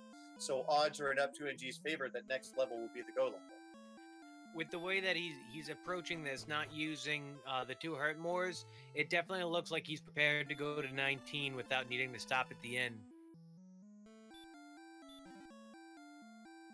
Yeah, there is potential that he could do that. Does need to go up to 14,250, and then 16,5 would be the level after that. So if that were the case, we would definitely be here for a while. And we still could cut the 2-hour mark. It should take about 5 minutes for up2ng to get this level, about another 7 minutes. 7 or 8 minutes, give or take, to stop at the end and get all the way down to the Dragon Ward. So if things go smoothly from here, we could just barely cut 2 hours. But that remains to be seen. The grind here, I think, I'm guessing, it's 13 MP for hurt more, heal more. So maybe if he gets 3 battles per heal more, that'd be 23, would be like 1 rotation of a heal more and 3 hurt mores. So if he could get that kind of rotation and a 23 turnaround, he has 3 more cycles of that for 510, so about 15. So maybe 1 more of those. 15, like, cause he does about. Sorry, I'm just doing this on the fly. If it's 23 for a cycle of 1,500 experience points, and he does 1 more of those after stopping at the end, I think he should be able to get to 9. Yep, there is potential. Gonna go ahead and drop a heal more here. And just trying to do things as efficiently as possible. I think it's going to be about 4 more Armored Knights to get to the level. So we're going to do that really quickly here. And we will have to, yeah, hopefully the stats are pretty good. And if they are, then up2ng can go ahead and finish here. Praxis Muse, meanwhile, is going to find the last item that he needs here. He is in the mountain cave. And we know the Stones of Sunlight are here. We know there's something inconsequential at the very bottom of the cave. So with this, Praxis Muse will also be in grind and go mode.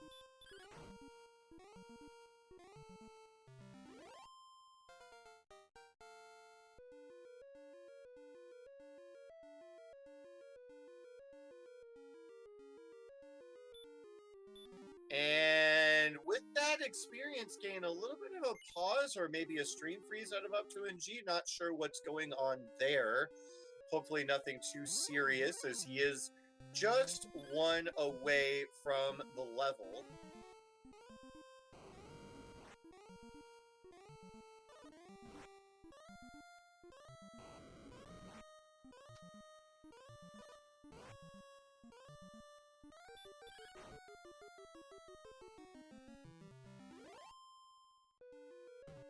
I noticed Lorgon had mentioned it or a little bit earlier about with the variances. Uh, I wonder if the uh, the idea in what your stat level is between two certain amounts, just a random like 14 number of instances or whatever. I said 14, but however many levels there are that many numbers picked out of a set, and then they're just aligned in order, and the difference between them is the stat gains between each level, I think. Well, that's how I guess it was done. I see. Interesting.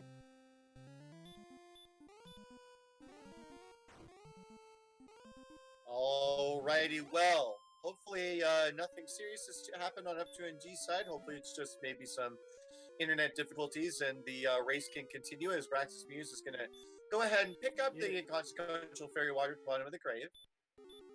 He's at 15 now. He's not necessarily making up ground, but as long as we can't see what up2ng is doing, he's not losing. Absolutely, yeah. He does need to make up a considerable experience gap, as up2ng was on 14,000 experience not that long ago, but about double what Braxis Muse has here. But with that armored knight, scrying tile available, Braxis Muse can make that experience up pretty quickly, as up2ng has decided. Is he on 18? Yes, he is. And once we get those stats updated, it looks like he is deciding this is the level 124 attack power, 124 HP, 84 agility, 118 MP. up2ng looking pretty good to take this fight, as long as he can make it all the way down safely. That's the last thing that you have to wonder about, because he does have good agility. Should be able to get out of most encounters without too much trouble. The only thing that's going to be a pickle is probably Red Dragons keeping him for too long with their hurt spell. But even those, now it's just a matter of time and grinding out the...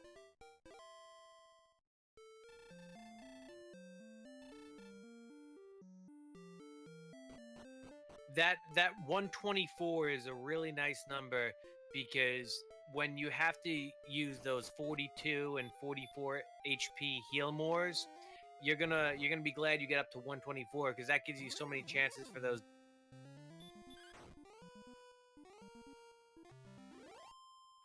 However, I wonder. I know that it puts them at a low HP total. You probably can't use the death necklace, but it's an interesting thing, because I've always been of the mindset that I get to use the death necklace, and I'm trying to get of the mindset that you always use the death necklace until you have a reason not to.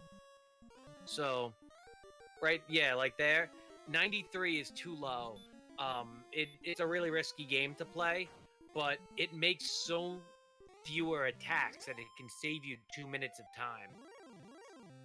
There is potential there, and it's pretty much a matter of personal preference, although I would point out that up2ng's defense is a little bit low. Oh, wow, yeah, Lorgon pointing out that up2ng could sell his death necklace and potentially grind his silver shield, almost has enough money for that right now. I think that's a decision he'd make if he had to expend any of his MP. If this was a question where he was looking at maybe only 11 heal mores or so, he might consider that. But given the fact that he's gotten through everything to just about the throne room without having to spend any, he's in too good of a condition. Something would really have to go wrong to back out of the Sharlock run here, because he's also got to feel on the grind, because at an hour and 50 minutes to still be running, you might feel like your opponent has got this in the same mindset.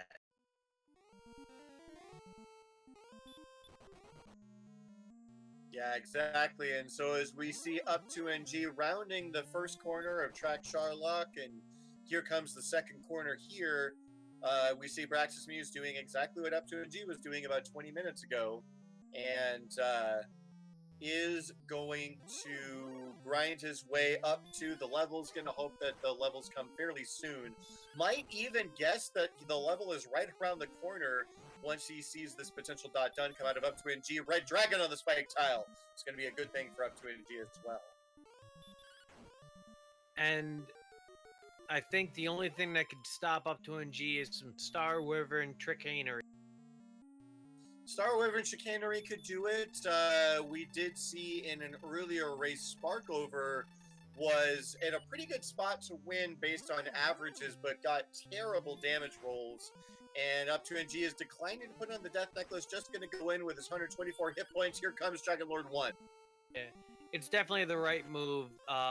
The heal more value, I can't stress enough.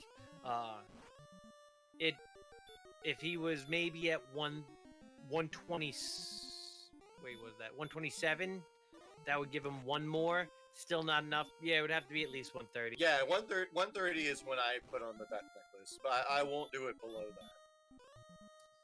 Alright, he has already made a few swings against Dragon Lord 1. Dragon Lord 1 using that Hurt More, and continues to use the Hurt More as up2ng tries to get some MP or HP back going into this Dragon Lord 1 fight. Using the heals, he does have a couple of spare heals. Very heads up play from up2ng here, but no. Dragon Lord says, no, you are not getting a free double attack to start the fight on Form 2, and up2ng is just going to have to settle. Well, here goes nothing. And he gets the first attack. 7. And first attack is going to be, yes, below that average. Not a great start for up2ng here, but 18. A better second round of 11 is going to bring him up to 18. That brings him right back up to his average. 28. A 10 for 28. And yes, Beta Strap noting that was in fact a double. That's going to help him out a lot. Although, 40. Now he got the attack from behind. No, not from behind. He got denied the normal initial double. 51. So he's basically on the same pace for the same damage he would normally have.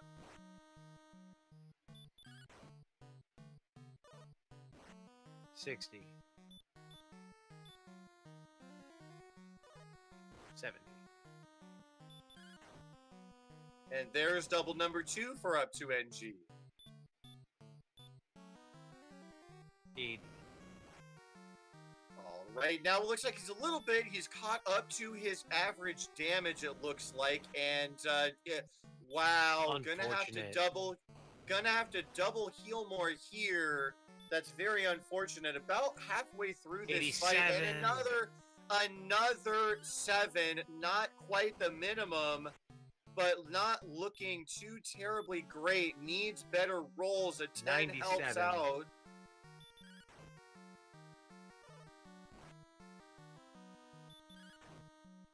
Could get a double here. Let's see what happens. Dragon Lord bites. Dragon Lord bites low.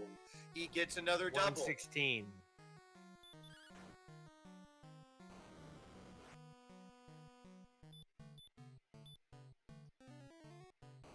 $126.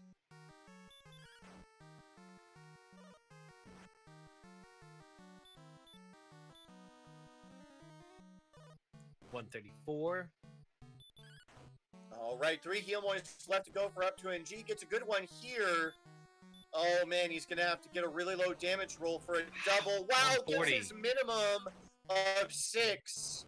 1 more heal more left in the tank. Dragon Lord opens up with the fire. He gets a 150. 10. That's gonna help him out a lot. He's right there at that minimum. Dragon Lord 2 HP, burns last heal more. He should win this, but minimum attacks and high HP could spell doom. 158. 158. He got it though here. Oh, and he did it. He just clutched it out. 163, I believe, was the total. Let's see what the max HP was. 161 or something? 160. He did 3 more damage. And up2ng, he's going to go talk to the king. He's got a few more things left to do.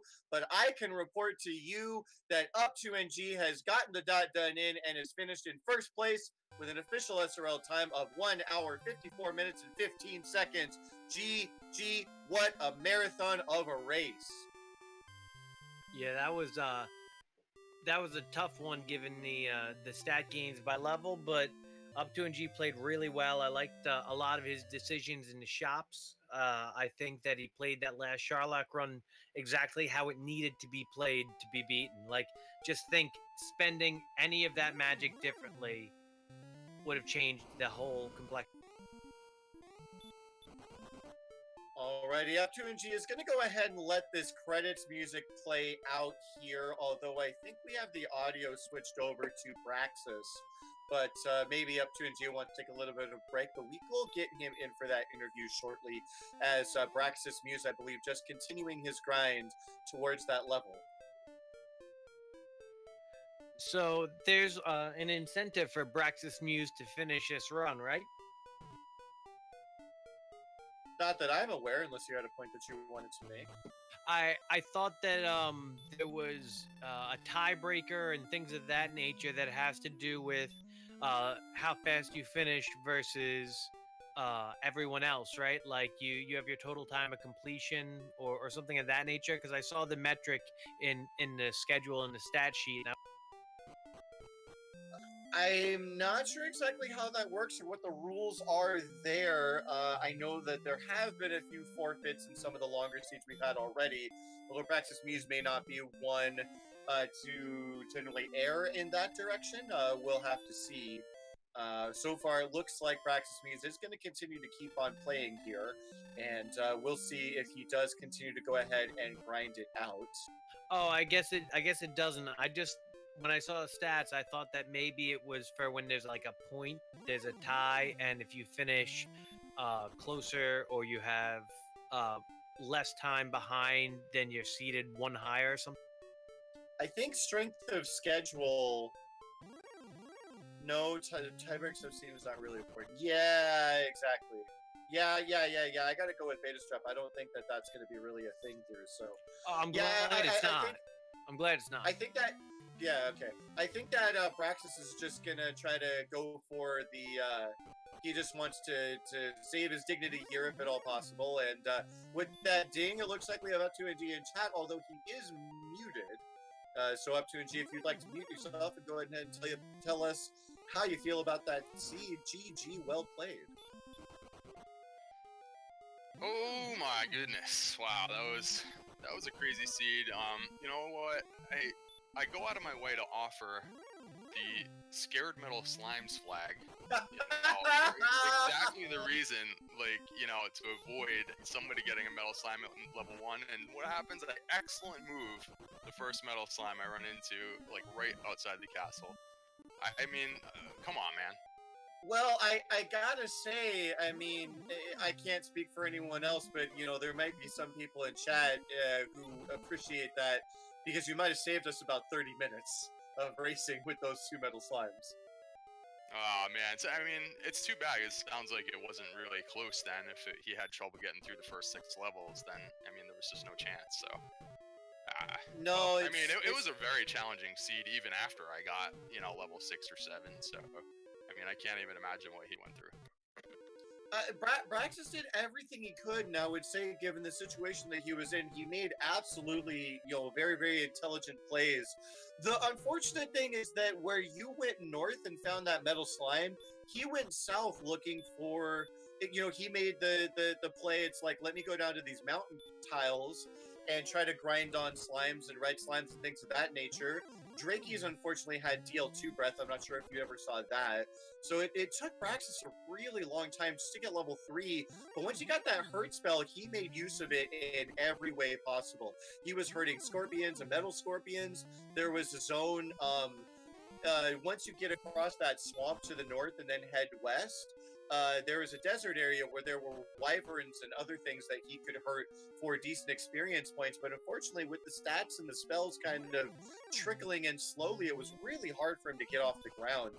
For what it's worth, Braxis is in Sharlock right now, but he's only level 16, so I think he's kind of banking on 17 being the go level and not really cognizant of how wide that gap is.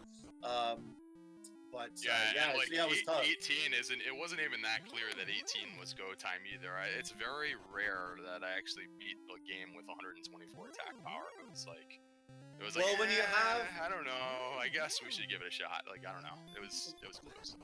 It was very close. When you have 82 defense power and the Dragon Lord 2 feels like being mean, sometimes even having a billion MP isn't enough. Yeah, I mean, I kind of wish that didn't happen, because there was actually a lot going on in this seed. There was, like, you really had to think your way through a lot of, you know, there were a lot of battles that were interesting. There was all sorts of mid-game enemies had hurt more, I guess, and, like, you know, so finally I got stop spell in level 10, so that became useful, which is kind of unusual to be, you know, stop spelling things. There was kind of a lot happening in this seed. It was very challenging, actually. I think you both made clever use of hurt and stop spell when you got it, and I also liked some of your shopping decisions. The choice to do some of the sales that you did opened up the possibility of getting both the large shield and broadsword. I really like that part of the shopping, and I think that also helped you maintain a 2-level lead. Yeah, you know, there was a cursed belt in the Tantegel treasury, and there wasn't really a gold grind. I mean, there was a death necklace chest, but I ended up like grabbing a couple of extra cursed belts just in case, you know, and it turned out to be useful. So, yeah, is this WillWagnerMusic? What's up, man? That's what they tell. Well, I'm glad you were able to join. So it sounds like a party. We almost hit 2 hours on this one. I mean, even just vaulting to level 6, and then I got another one right away to get to like level 7, and then I still couldn't even get to level 8. I was like having to battle these wolves that had, you know, all sorts of abilities. I mean, that was a rough portion of the game to get through. It was really tough because you had the wolves with the dragon fire, and the werewolves I think had hurt more. Droll Magi had hurt more. It was kind of hard to find wyverns. I know you found knights kind of later on, but by the time you saw those, you already had hurt more anyway, so it was pretty trivial. So yeah, really tough mid game. I don't know if you noticed too, but that area like near the castle that had the metal slime, I think they also had like Wraith Knights and Magic Wyvern, if I recall, which both had some sort of abilities. So like, to avoid them, I had to like actually walk through the swamp every time I left the castle, like, because the line for the zone just turned out to be, like, you know, if you went even like 1 or 2 steps west, you were in another zone or something. So that's, I don't know if you noticed that, but I just kept like walking through swamp, even though you could clearly walk around it. Like, there's a lot of weird stuff that came up in this seed like that. Just a quick update. Praxis Muse has picked up the sword, so he's succeeded his sword dive here. Still has all of his resources. Obviously, he's not anywhere close to being Dragon Lord 2 ready, but could get there momentarily. I think. Yeah, even like the grind was a little.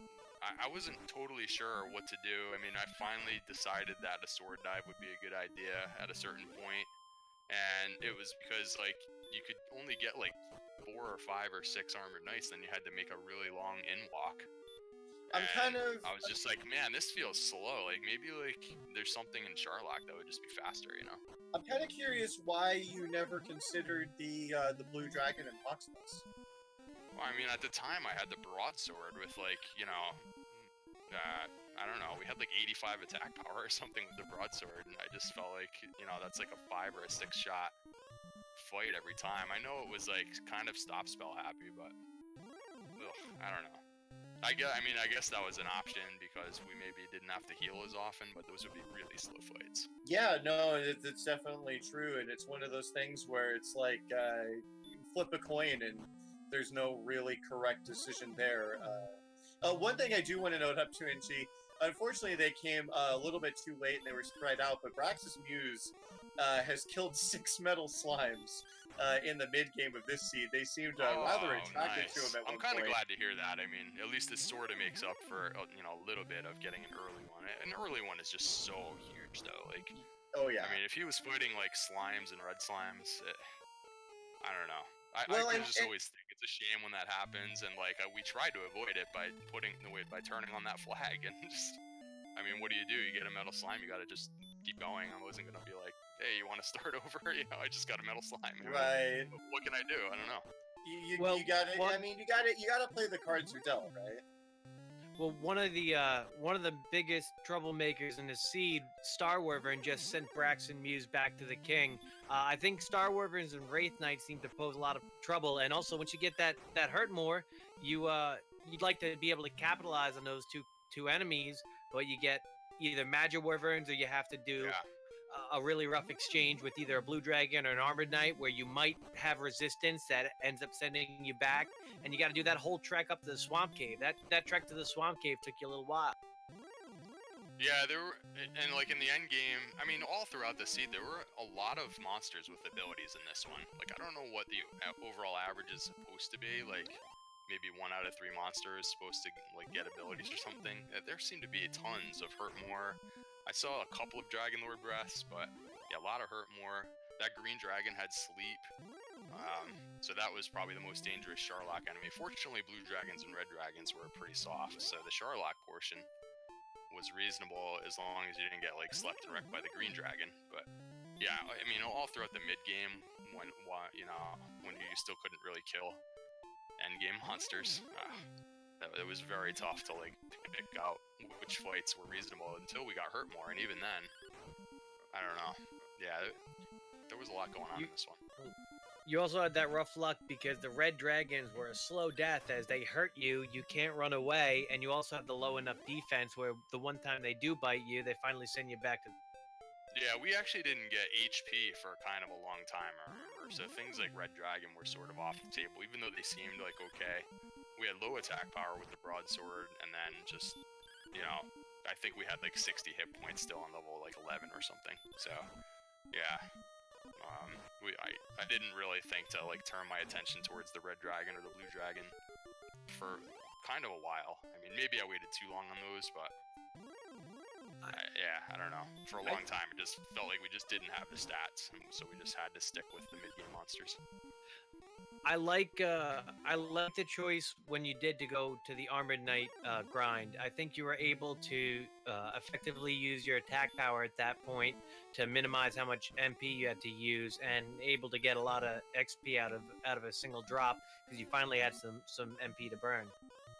Yeah, that was a tough one because I kind of was thinking that maybe I should have done a dive and grind at that time when I went back to the Swamp Cave, but still only had 78 defense power at that time, so even if I was trying to fight through things like Star Wyvern or Werewolves, they were going to damage me quite a bit. And really, I felt like that, I didn't want to burn any heal mores, so like dive and grind just felt a little bit gross there. But then, like, as soon as I got the level, I was like, ugh, like, I kind of wish I was like already in Charlock here. I don't know.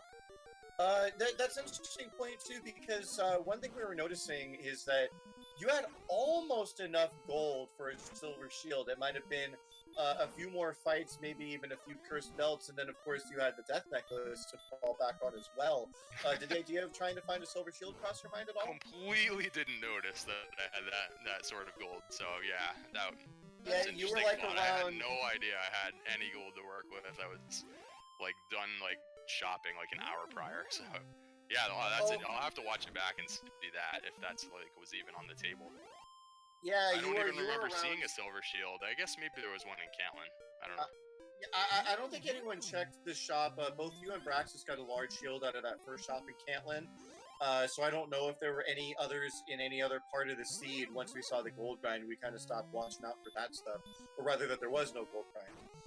But yeah, once you hit 18 and decided to go into Charlock, you had around 12,500 gold. So it would have required the Death Necklace and maybe a few Cursed Belts or a few fights along the way, but it was on the table. Yeah, I'm mostly pretty happy with how the run went and how I played it. I do think it was pretty challenging. There were a lot of kind of unusual fights and stuff, and then, a lot of weird, like, routing decisions. I was taking intentional deaths all over the place to just like reset my MP and stuff like that because I had to use Hurt on everything. I don't know. I'm pretty happy with it. It turned out that I didn't spend a whole lot of time on the second continent, which was, I don't know if it all ended up being all one continent, but I guess wasn't anything over there because I found more and more places to explore in the first continent, and finally found, Garenham was like really far away for the stones. Yeah, Garenham was really far away. Actually, Lorgon here is in chat. He agrees that you played great, and Lorgon, if you don't mind, I would actually love to see a printout of this map in spoilers, because it was quite windy with Garanham being pretty far away. And Yeah, I mean, the first 10 one locations important were thing on pretty the option close. The first 10 locations were, like, close, and then all of a sudden it was like, wow, I still need the quest items, you know. Yeah, at that time, I don't even remember where the harp ended up being, but I didn't have that yet. The harp? And then to get the stones, I had to go all the way to Garanham, so it's just like, ugh. Yeah, they were both in Garanham. The harp is in the back, and the stones were in the mountain cave, which was in Garanham basement. So basically, you had the token in Hawksness right next to town. And you had the armor, in Cantlin, which wasn't too far away. The Swamp Cave wasn't too far away. The Sword was in Sharlock, which also wasn't too far away. And then you basically had to cross the entire world to get the Harp and the Stones. So. Yeah, and this is one of those seeds, like, it was like 40 minutes in, and, and I did get the jump to level 6 and 7, and yet I felt like 40 minutes in, I was still just trying to, like, eke my way to the next levels was, like, my priority. And, like, I didn't have anything. I didn't have really any equipment. I didn't have any quest items. It was just like, wow, like, a lot of time is going by, like, really just trying to get to the next level. I mean, I peeked into Hawksness, and, like, when we weren't going to be able to do anything with that, and then the Grave took me, like, 3 or 4 tries just to get to those chests in the Grave, and then I couldn't dive to the Deep Grave. There wasn't, so I looked around, but at a certain point, we just needed more levels, really. Exactly. Speaking of levels, Praxis Muse just got to level 17, and he took a long, hard look at his stats. He's taking the inn here in Cantlin, and I have to imagine he fought a couple of extra things after getting 17, but I wonder what he decides to do at this point. So, like, I'm kind of curious if he's going to dive and grind from here, because it's something that I kind of felt like I should have done, because we had, like, it's 121 attack power. You only need, like, a few more attack power. I was thinking, like, maybe if we get 5 attack power.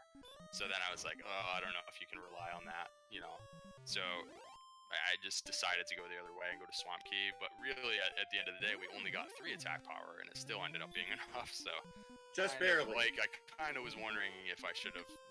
went through Sharlock, but we'll see how it goes, because like I said, he's not defense breaking anything in there yet, and you have to find a lot of, like, red dragons and blue dragons to pick on, I guess. I think you being able to take on the Dragon Lord that wasn't being agreeable with full magic really helped you. And even though the herbs and the heals didn't stop his merciless Hurtmore onslaught, you still were able to play everything pretty much by the book and end up with the win. So I think if Braxis is going to go and take on the Dragon Lord, and he's also got a level on the way, I'm worried about him spending magic and not being able to get enough damage. All right, yeah. He just so he's using magic. He's just grinding here now. Okay. Interesting. Well, he used a couple of sleeps. I'm not sure if that's guaranteed to take him out of contention here, but yeah, I don't know. Looks like he's grinding. So, well, that's the thing is, there's some decent enemies here. I think the top floor does have red dragons. I don't know a whole lot about this golem. I didn't go with this strategy with the flute. I felt like he was just hitting so hard that there were other options available, and these are usually long fights. Agreed. But, yeah. It's interesting that up2 that you mentioned 5 attack power is the target. That's what I kind of used would be the target, and Beta Strep agreed with me. So yeah, 126 would have been the preferred number. Probably would have made that not as close as it was. Definitely a bit of a nail biter that fight. Oh yeah, I knew it would be close because, you're always relying on those double attacks when you have that kind of HP, but it's like, when you don't have the defense, you don't really know if you're going to get them. And then, in the middle of the fight, I had to double heal one time, and that was like, what just happened? Like, I thought that was going to ruin the run. I don't know. Yeah, we were kind of wondering if that was going to ruin it too, because it was basically a combination of high rolls from Dragon Lord and a really bad heal more forced you to do the double. And we did see you kind of pause and consider more, but 43, no way, no way. Yeah. Just there. Yeah, and it wasn't like I was rolling all 6s either, so you know, it was only 6 to 12 was the range. I got plenty of reasonable rolls up until there, so. I don't think I ever saw. I don't think I ever saw. I think I got 12, but it 1-6. looked like 1-6. I think I got 1-6, but it was Lots of pretty late. 7s. I do remember seeing a lot of 7s. Yeah, a few 7s, and then even at the end, I think I had done 158 damage, so I could have technically like not had enough on the last roll, but then it turned out to be another double attack anyways, so it was all set. So it was pretty borderline. I think in the beginning you started off fairly strong, and around I think 80 damage you landed a 10, and then it was a series of single digits, and we're getting worried, and then there was that double heal, and so it got a little bit worried, but toward the end that last double really pulled you through. Yeah, I think there were 3 or 4 at least double attacks in there, and you have to realize too that it's going to be a very long fight, so that the odds of multiple double attacks goes up obviously when you have like 20 turns or something, or 16 or however many turns that you're planning on, you know. At some point in there, you would think you'd get a double attack. Obviously, it's never guaranteed. The Dragon Lord could just really troll you with very high rolls the whole way, but. I mean, you gotta go with like, you know, what's supposed to happen, and I don't know if I had like grinded another level, plus between going to 19, 16-5. Praxis, by the way, is grinding on the first floor of Charlock, has made his way up to about 13,500 experience, not too far away from level 18. And so, yeah, so he's making use of that Erdrick sword, chopping through these enemies in Charlock. Should be there shortly. But yeah, that fight. One thing I want to say is, by our count, you did 163 damage, and I think that final swing, you had something like 53 hit points. So it was actually when it was all said and done, it was basically guaranteed. The Dragon Lord had 160 HP. We did check in this particular seed, but after doing 163 damage and you weren't going to die, that was actually going to be a triple attack for you. That basically sealed it, but it was looking pretty close towards the end. I had counted 150. I mean, I definitely am not always totally accurate with the count, but I had counted 158 going into that last swing.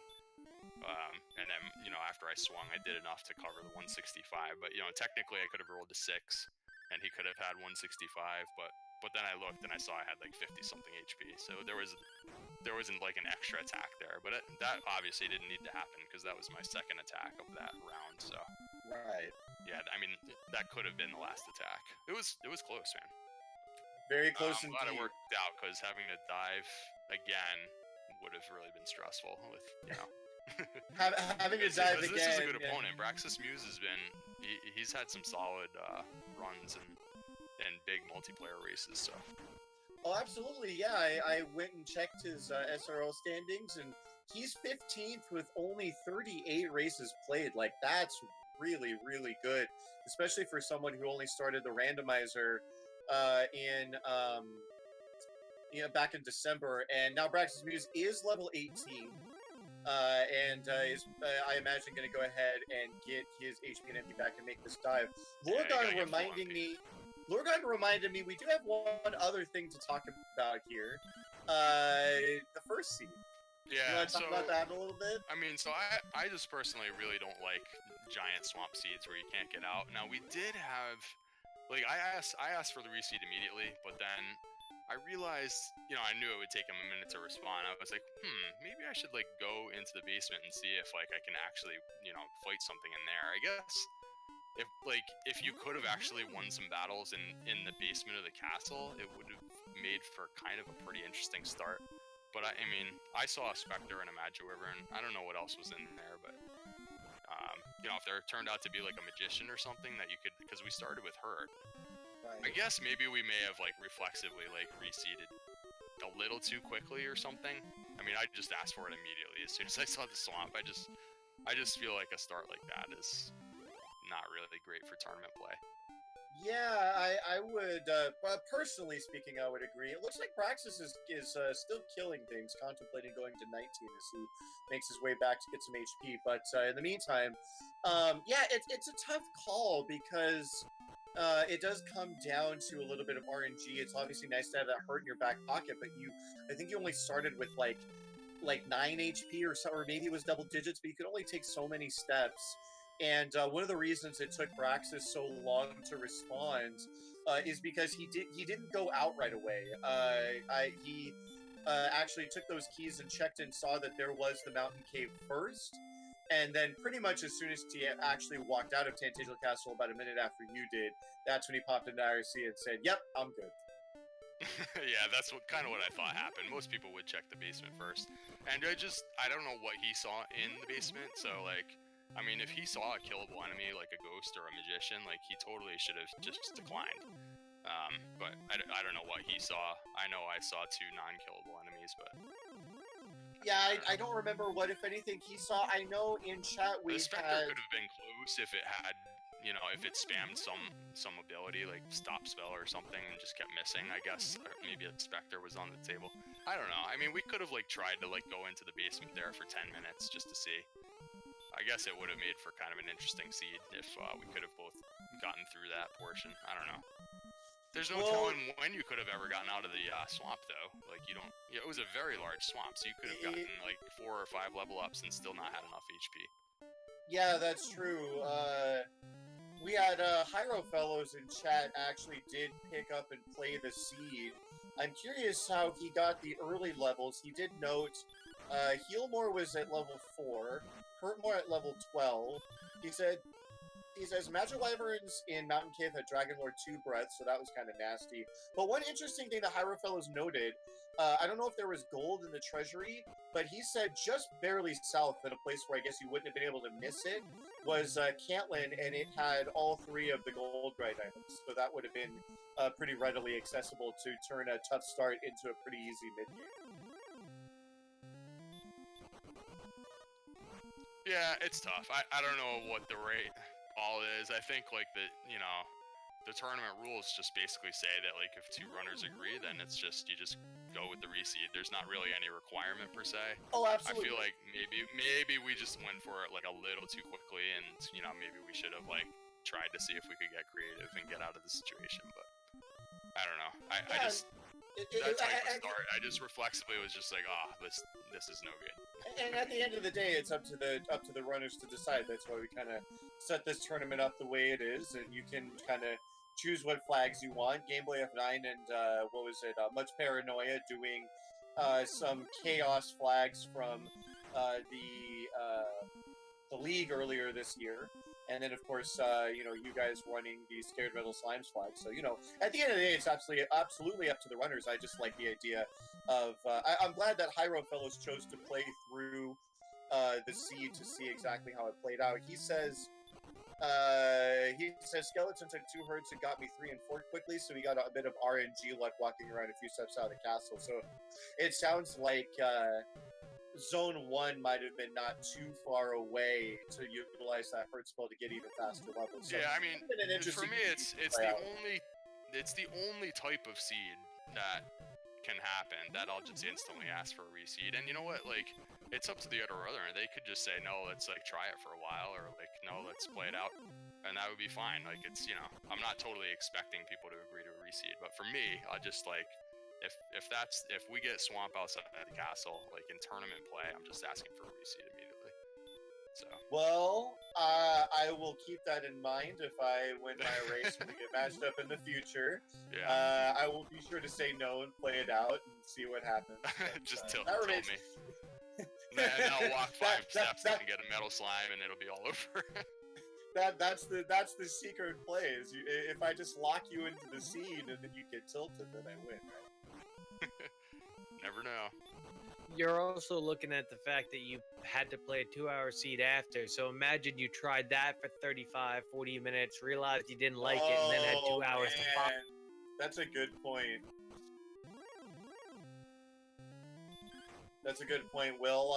Turning back to Braxis is still making his... He's making his dive here. He is fighting things on the way down. is at 15-7 right now. Going to kill this red dragon to go up to about 15,980. So in really good position to get 19 to really lock this thing up before making his first attempt at Dragon Lord 2. Yeah, he probably. I mean, it's an unusual ratio. Like you wouldn't think that would be good enough. So I could totally understand getting another level. You know, you never know like how the mini boss fight's gonna go. I mean, a lot of things can go wrong on this level. So it's nice that he's gonna get 19. We'll see if it's like a giant, you know, totally free situation. I've had some weird like internet glitches tonight, and I was concerned because I think I dropped my stream for a minute or two, and I was just like, oh man, if this doesn't come back up, I don't know what happens now. Like, fortunately, it just like reconnected like automatically or whatever. Were you recording through OBS? I'm gonna have to look and see if I had that turned on in this case, but yeah, everybody says like, hey, you should always record. I think recording probably is like a huge file though, right? For your they can be. What I personally do is if I'm not racing, then I'll turn off the record. But if I'm racing, I'll turn it on and kind of leave that for a couple of days. And every so often, I just go and clear out my videos folder because they can get pretty large depending on what quality you stream at. But if you just clear them out every few days, it's pretty manageable. But yeah, it was down for a couple of minutes. It was right around the time that you hit 17, so we didn't actually see you hit 17, and then it came back up right as you were going into Charlotte, so it wasn't out for very long. Yeah. Oh, okay. I think that the default is probably like, I think MKV. Short. Sorry. Oh man. 2 points short here. Yeah. Well, it's okay. I'm sure that he'll get one more encounter on the way to the Dragon Lord. He's at that kind of.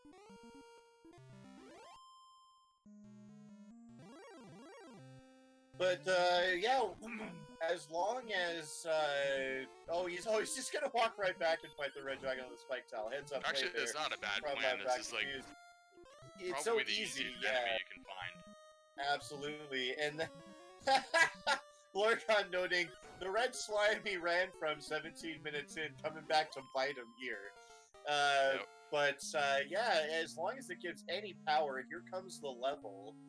And what's he gonna get here? It's gonna be 8 power. That's gonna do it. That's gonna be an input error lock here for Brax's Muse. Maybe gonna go ahead and no death necklace though. That would have made it really fun, but didn't really get any HP. I think I would have used the double heal there instead. Yeah, I could have gone with the heal strats. Could still do that in the middle of the fight, like up2ng did himself. But for now, just gonna go ahead and have what should be a pretty comfortable Dragon Lord 2 fight, swinging for 8 to 16 here. Should be an absolute lock as long as there are no input mistakes. I mean, I wish I could remember more things to talk about, like in the middle game, like, you know, after I got the middle slimes and before it was grind and go, because it seemed like there was a lot of things to think about, and I just don't remember anything specific to really mention. But one thing that I can mention that I do remember is you made several attempts at going through the grave and kept getting blocked, and that was one place where Brax's Muse was able to start to cut into the experience lead a little bit.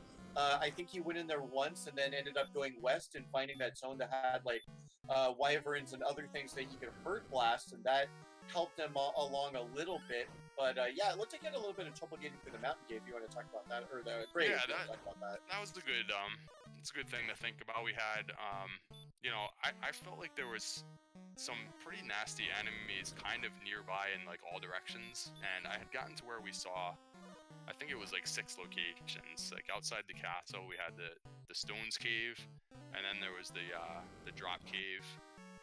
Hawksness was there, which obviously we were gonna have to wait for later, and then there was the grave, and I couldn't really get anywhere else. So I was just concerned that, like, you know, the top 3 chests in the grave are usually fairly easy to get to, and like if the sword happens to be there, it's just really, in a seed like that, very important, because we had a hard time like defeating even reasonably medium enemies. So it just really needed to check those chests, and I also felt like there may have been a couple of monsters in there that I should have been okay defeating, but I just wasn't getting the luck or whatever, so I got bumped out of there a couple of times, but I felt like it was still correct to keep going in there until I got the treasure. Braxis Muse just attacked on 49 life, and I agree with Lavkian. That was a pretty bold. Yeah, his fight's going pretty well. He has gotten a couple of 8s and a 9 here, so might come down to the last few heal mores, but he should still be on pace. Yeah, I can't imagine any scenario there's where this another. could go wrong. Yeah, that's got to be the third double that I've seen out of him, so I don't think the rolls are going to burn him here. Oh, a bad heal more. Ooh, ouch. Oh, there it is. 10 damage, Yeah. and he does finish him off. At 82, when you were taking on the Dragon Lord, what was the max amount of damage you could do with a physical? Still 49 at that point, and I don't think I ever had that decision to make. I don't think I ever landed on exactly 49, fortunately, but I did have to heal, double heal one time. So yeah, we did get, I think it was right at level 18, and we actually got a pretty good agility boost, because before that I think we were down to around 78 for defense, and you know, pretty low agility, so it would have been a little bit more annoying to run for monsters, but yeah, finally got into the green there for agility. And Braxis finishes with a time of 2 hours, 30 minutes, and 3 seconds. What a marathon of a scene. Braxis Muse says he will be right back, but I imagine we will get him in for a brief interview momentarily. Yeah, I'd love to hear how things went for him from his perspective, for sure. We actually commentated together, I think it was maybe yesterday, so he's quite knowledgeable in the game, and I'm sure it was a solid run. It just kind of, again, I feel like it's just too bad that one of us had to get a metal slime, so... I mean, there's only so much you can do to mitigate. I mean, unless you want McGrew to program no crits on Metal Slime's flag, I think that's about the only thing you can do. No crits. No. Yeah. Well. Yeah, it'd be fun to see what he felt about it. It was a pretty tough scene. Well, up2ng, now that you've advanced to 2-0, the competition's only going to get tougher from here. Is there anyone that you're excited? Obviously, there are several people that you might not want to face. I think Nescar's actually at 1-1 right now, so I think. Yeah, I was gonna say I've been watching a lot of the races, but I haven't really kept careful track of like who has what records. I know there's been some upsets and some players that I thought would win and they didn't and stuff. So not totally sure who else is 2-0, and you know, not everybody's raced yet this week. We're only in the middle of the week, so. I don't know. I mean, it's kind of, to me, it takes the pressure off. Like, I feel like, you know, I'm in a good position to make the playoffs, and it's less, I don't know, it's less pressure going forward now. So it's good to get the first win, by the way. Getting the first win in the tournament is like, oh man, at least I didn't go like, you know, never like winning it in tournament play or whatever, and. Right. So I was glad to get that one. So tonight I felt a lot less pressure, and then at 2-0, it's going to be like totally relaxing, hopefully. Absolutely, yeah. So looking over the standings really quick, as for what we have in so far, we in the 2-0 spots we have Lorgon, Edgestream, Smashy, Jake Hoper, and Bobski. As for Edge beat Game Boy, huh? I saw like did, 3 quarters of that race. Okay. Yeah, wow, he did. With the fastest time and the first sub-hour time, they had quite a jet seat. Edgestream finished in 52 minutes and 20 seconds. But let's go ahead and turn our attention to Braxis Muse, who has joined us here in commentary. Congratulations. I mean, it's a little unfortunate the way this kind of played out, but you played an excellent race given what you had available to you. Why don't you walk us through that a little bit? Can we have that first feedback? I mean, we were talking about that a little bit. Is there something that, did you see something in the mountain cave that you could have fought? Would you have actually wanted to run that one back? I mean, I'll probably run it back later, but I just felt with this seed like we couldn't get no momentum. It was like an hour in, and I still felt like I was struggling to repel to find scorpions because everything else had sleep, Fire Breath, Yeah. hurt more, I'll- and heal more. I'll tell you what you needed to do in that situation. You needed to just get really lucky in the first 2 minutes and go excellent move a Metal Slime. So, sorry about that. It's kind of unfortunate, but that's what happened for me. Yeah, up2ng went a little bit north from Tantagel as soon as he got level 2, saw Metal Slime and crit at turn 1, and then I think up2 saw another Metal Slime a few steps away from that and killed that one the old-fashioned way to just immediately jump out to about a 500 experience point lead, and crucially get the heal and hurt spells as well. Those helped out a lot in that tough mid game. But Praxis, you know, it was a struggle. It was a really, really long struggle, but I gotta say, you know, my hat's off to you. You made every use of what you had, using hurt on the scorpions, and then later using hurt on the wyverns and other enemies. And you know, it's unfortunate because basically the finish times are going to betray what really was a great race from both of you. Yeah, and I think like the hardest part for me was trying to branch out, but I needed to find a zone that had enemies that I could, you know, take down with hurt that wouldn't hurt more or deal 2 breath. Yep. And I didn't find that was a very till all tough the part way, of the game. until all the way finally when I found Cole, I found skeletons. And I could take the skeletons, but the problem was is I didn't feel like the struggle to get to Cole was worth 25 XP if I could guarantee just to repel and kill slimes just south of Tentacle way faster. Yeah, I had the same issue. Like even though I kind of jumped to level 7, it was hard to get from like 7 to like 8 and 9 because, like you said, right nearby, I think there were Magic Wyvern and what was the other one? The Wraith Knight, and they had hurt more. And dragons had sleep right north of Tanago, and that too, too. on top of that. Yep, it was tough to find a zone. There were a lot of enemies just kind of absent that I really would have wanted to see, you know. What I'm I don't really think I ever saw a curious to know, Spectre. I never saw like a, I don't know. what I'm curious to know is how many deaths did I have maybe compared to up2ng, because I know I was dying like, I'd kill one mob and then I'd have like 4 deaths. I'd kill a mob and have like 4 deaths. I couldn't believe your luck. It was uncanny. I mean, honestly, I think anybody that can finish a seed like that without forfeiting is a winner, just altogether. Yeah, it was a challenging seed. There's no doubt. I'm Yeah, I took a lot of deaths there, too, but I was getting a little bit. You know, I got some exploration done kind of every time I took a death, but it was, yeah, I was at the castle quite a bit also. It was pretty brutal. A lot of Star Wyvern and Wraith Knight pain.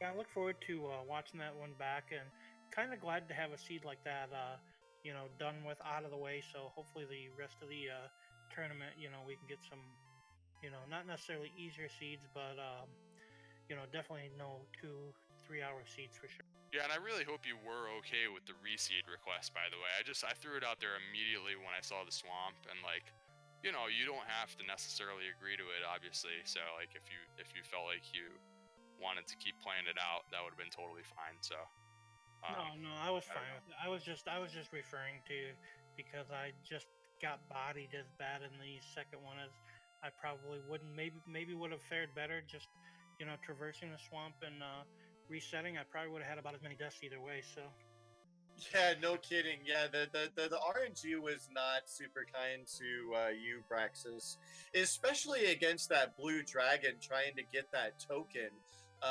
For what it's worth, we did take a look. Both the blue and red dragons had 50% stop spell resistance exactly, and Braxis, I think you failed like 4 of them in a row at one point. yeah. That blue dragon at Hawk's Nest really gave me a problem.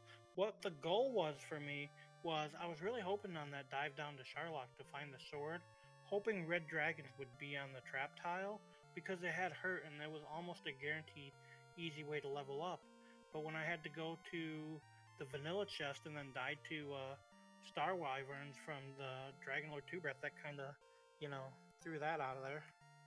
Yeah, it was really unfortunate, but a great call to go ahead and fight your way down for the level, because red dragons were pretty much littered all around the bottom floors of Charlotte Castle itself. So that is one difference in strategy between you and up2ng. up2ng didn't actually, if I remember correctly, grab the sword until he was Charlotte ready and just spent all his time fighting the armored knights. But making use of the Erdrick's sword to chop through some of the enemies in Charlotte was pretty heads up play for sure.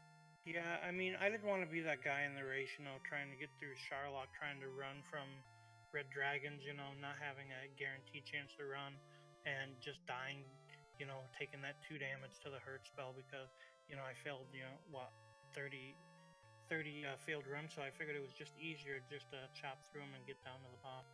Yeah, absolutely. And the nice thing about that was that you ended up getting 8 attack power on level 19 and had a much more comfortable Dragon Lord 2 fight than up2ng did. up2ng coming down to the last heal more there. So.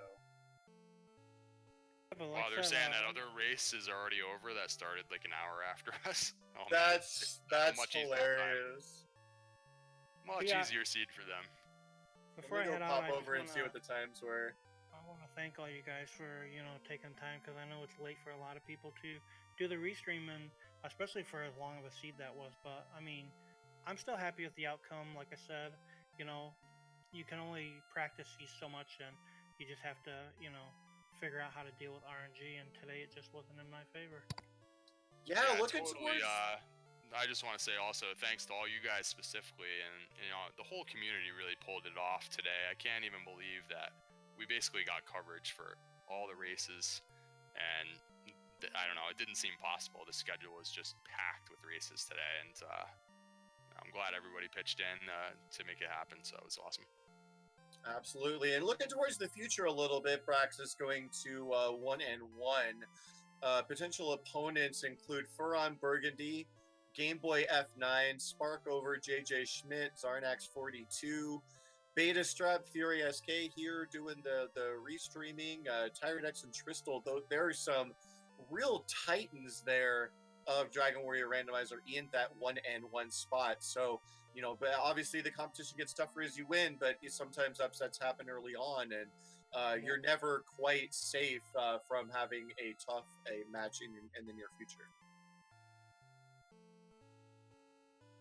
But I'll turn it back to up2ng and Braxis Beast one more time. Did you guys have any final thoughts on the seed before we wrap up? No, I'm looking forward to watching it back and see actually how you managed to get through those early levels that I just skipped over. Because it seemed like, you know, I couldn't really even go much from level 7, so I can't even imagine what those first 6 levels must have been like for you to plod your way through. Yeah, I'm the same. I really look forward. That's probably one of the things I enjoy the most about these tournament races, is actually getting to sit down and watch them back. You know, you can pause them, you can look at a lot of stuff, and you know, see things that maybe you can do differently, see things that your opponent did, you know, to take notes on for you know, the next race. So I really look forward to that. Especially in a sprawling map like this, where you have so many things in so many different locations, just see how somebody else approaches such a kind of wonky map is always a nice element I like about.